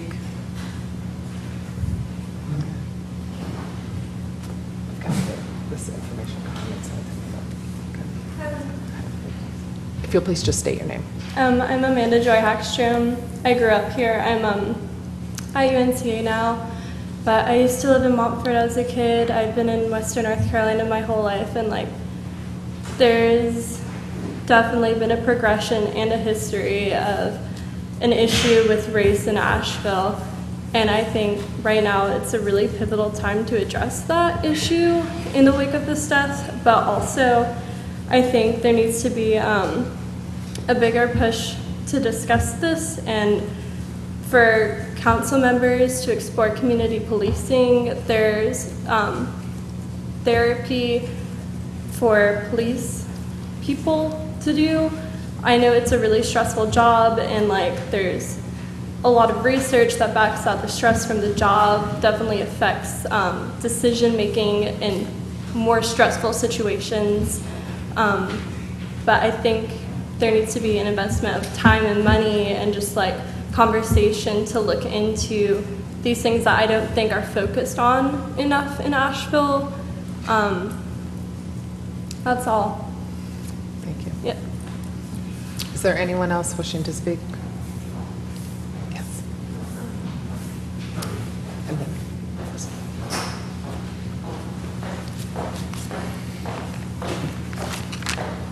Good evening, Mayor, council members, and ladies and gentlemen. My name is Kira Yan, and I'm a member of the Tree Commission's newly formed subcommittee on tree preservation. And I'm here to present an idea for a public education campaign for your consideration. Excuse me. Asheville would benefit from a public education campaign designed to create awareness of the precious resource to which we have been entrusted by previous generations, that of our old trees. Some of these trees are now nearing 200 years old, yet the city of Asheville is not permitted to enact an ordinance protecting these trees if they stand on private property due to Dillon's rule. Thus, the committee feels the best course of action consists of a multi-pronged approach designed to, 1, educate the general public about the importance of old trees to the environment, both locally and globally. 2, foster a sense of pride of ownership to individuals who own these old trees. 3, provide incentives to these owners to keep them versus cutting them down. And 4, enable homeowners struggling to maintain these trees assistance in their upkeep. These elements together constitute our proposed campaign entitled the Love Your Tree campaign. We believe that if the City of Asheville endorsed this campaign, it would be welcomed as both timely and forward-thinking. Indeed, locals are well aware of the issue of our rapidly decreasing old tree population, and there has been a great outcry against it. This campaign, if it were endorsed, would reassure the citizens of our town that the council is taking action to promote their values and address their concerns. The concept is in keeping with Asheville's tree ordinance, which deems tree preservation, quote, critical and necessary for the public good. As our city continues to grow, a campaign such as this encourages mindfulness of the exquisite urban forest, which we are privileged to live in. We were just trying to discuss the process for consideration of such a proposal, and so if you have that, and Maggie, that thing's about to go off. If you have that written out, or if you could email it to, I'm going to have her email you. So Gwen is the chair of our PED subcommittee, which might be the appropriate place to consider a proposal like this. Wonderful, thank you. So, all right. And certainly the tree commission has been discussing this at this point. Thank you, Kara. Yeah. And it looked like we had one final speaker back there, and I want to address the important points made a little bit earlier and provide some information to the community about steps we anticipate taking as a council here in the short future. But if you would like to come forward, we'll finish the public comment.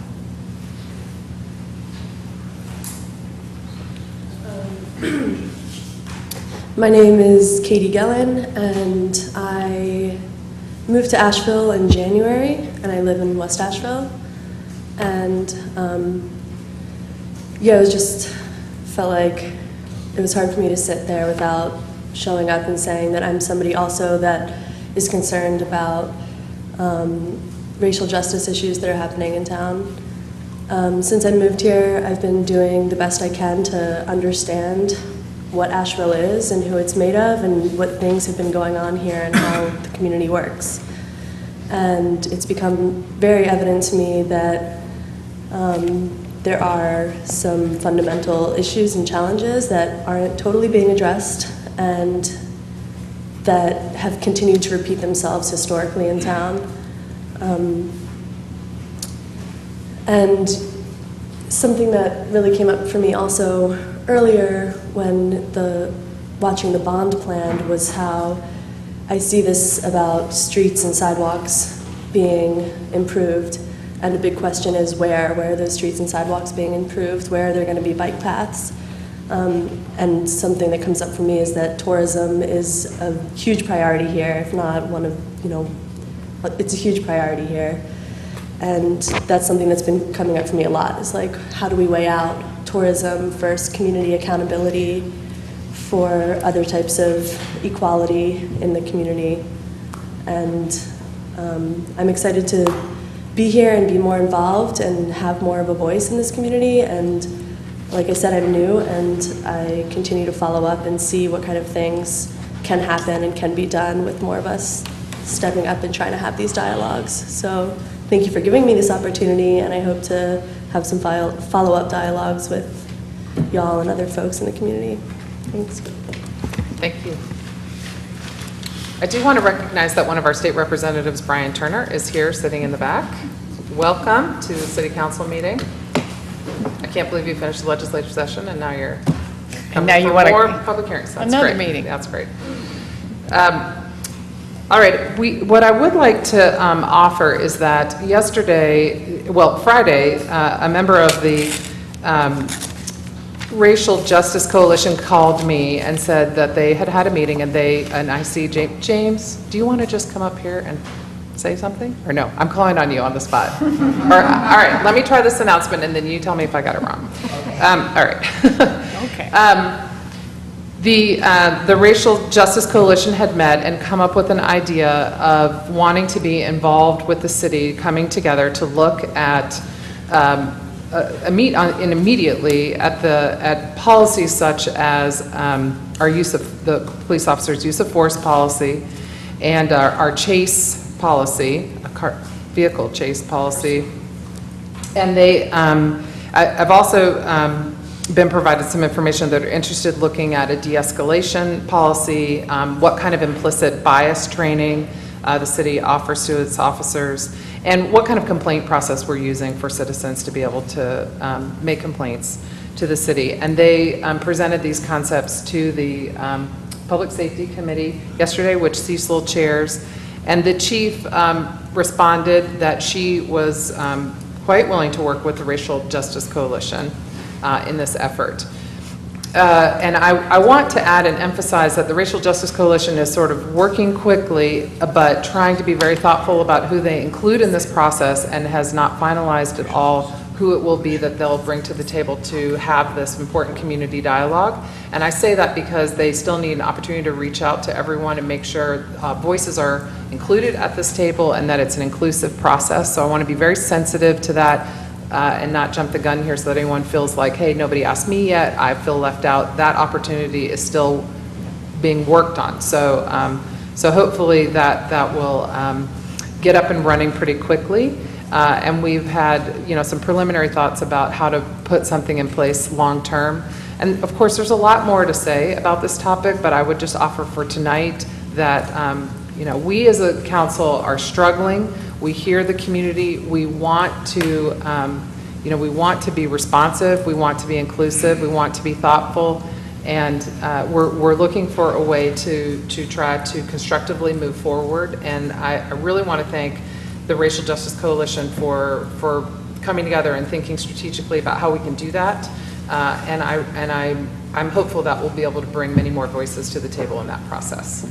So thank you very much. And if any of y'all want to. Yeah, I would add, we talked about it yesterday. Thanks for being there yesterday. And it seems that because the Racial Justice Coalition is comprised of a number of other groups that have come together and have been working together for about 18 months at this point, it makes sense for them to kind of coalesce a task force rather than for us to try to create a new thing here and take applications and go through the normal building of a commission or a board or whatever. And Chief Hooper is very eager and willing to work with this task force in discussing, the immediate step is discussing use of force, the rules that we have now, and if they could be improved. And then looking ahead to de-escalation and other issues as well. And I really look forward to that. And I wanted to step back and make another comment about what someone else brought up here. It is kind of ironic that the Public Safety Committee has, over the past 2 years at least, worked on a policy toward the use of body cams by our officers. And we came up with what seemed to be a fairly balanced idea, which was that they were private. I mean, they were not public videos, but people affected who were either involved in an incident or their lawyers could request to see the videos, and people whose minor children were involved in it or filmed could see it. And of course, if they become evidence in a case that's adjudicated, they become public videos as well.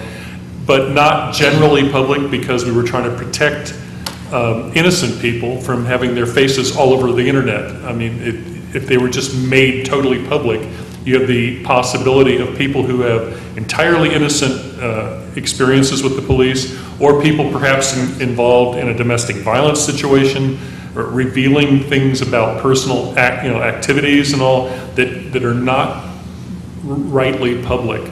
And we tried to find a balance there. And then it's wildly ironic that then the state legislature steps in and says none of it can be public. And I know there's been calls for us as a council to say something. I personally have said I do not like that law. I think that they're sort of obviating the whole intent of protecting both citizens and officers by having this documentary record available in some fashion. So we'll see going forward where that goes. On that note, I mean, we sometimes do pass resolutions opposing certain legislation, and I guess I kind of thought that one sort of went without saying, because we had just adopted a policy that was broader than what the state eventually adopted, but I appreciate the concern about not calling attention to that. I'm really glad that folks turned out tonight, especially to hear people who were born and raised here and people who just moved here, and to have that coalescing in this chamber tonight is great. I think that this energy right now and the grief that the community is going through around Jerry Williams' death is providing this council with a really grave responsibility to move forward and a really enormous opportunity. And what we've been doing as a council is moving forward on a lot of different policy pieces to try to address what we have all acknowledged are institutional racist policies of the past in regards to land use and housing and transportation and violence in this community. That the systemic racism is here, that there's a deep culture of that is here, and that I will speak for Gordon right now. I want to say to everyone paying attention tonight, Black Lives Matter. We all need to be saying that. We need to be talking not only about our police policies, but the city is moving forward with a disparity study to have a look at our internal processes, to see what we have, where our blind spots are, and how we can improve and how we can reduce the bias that we know is implicit in some of these systems. That we need to do so with housing, that we have to do so with transportation, that we have to apply this racial equity lens to everything we're doing.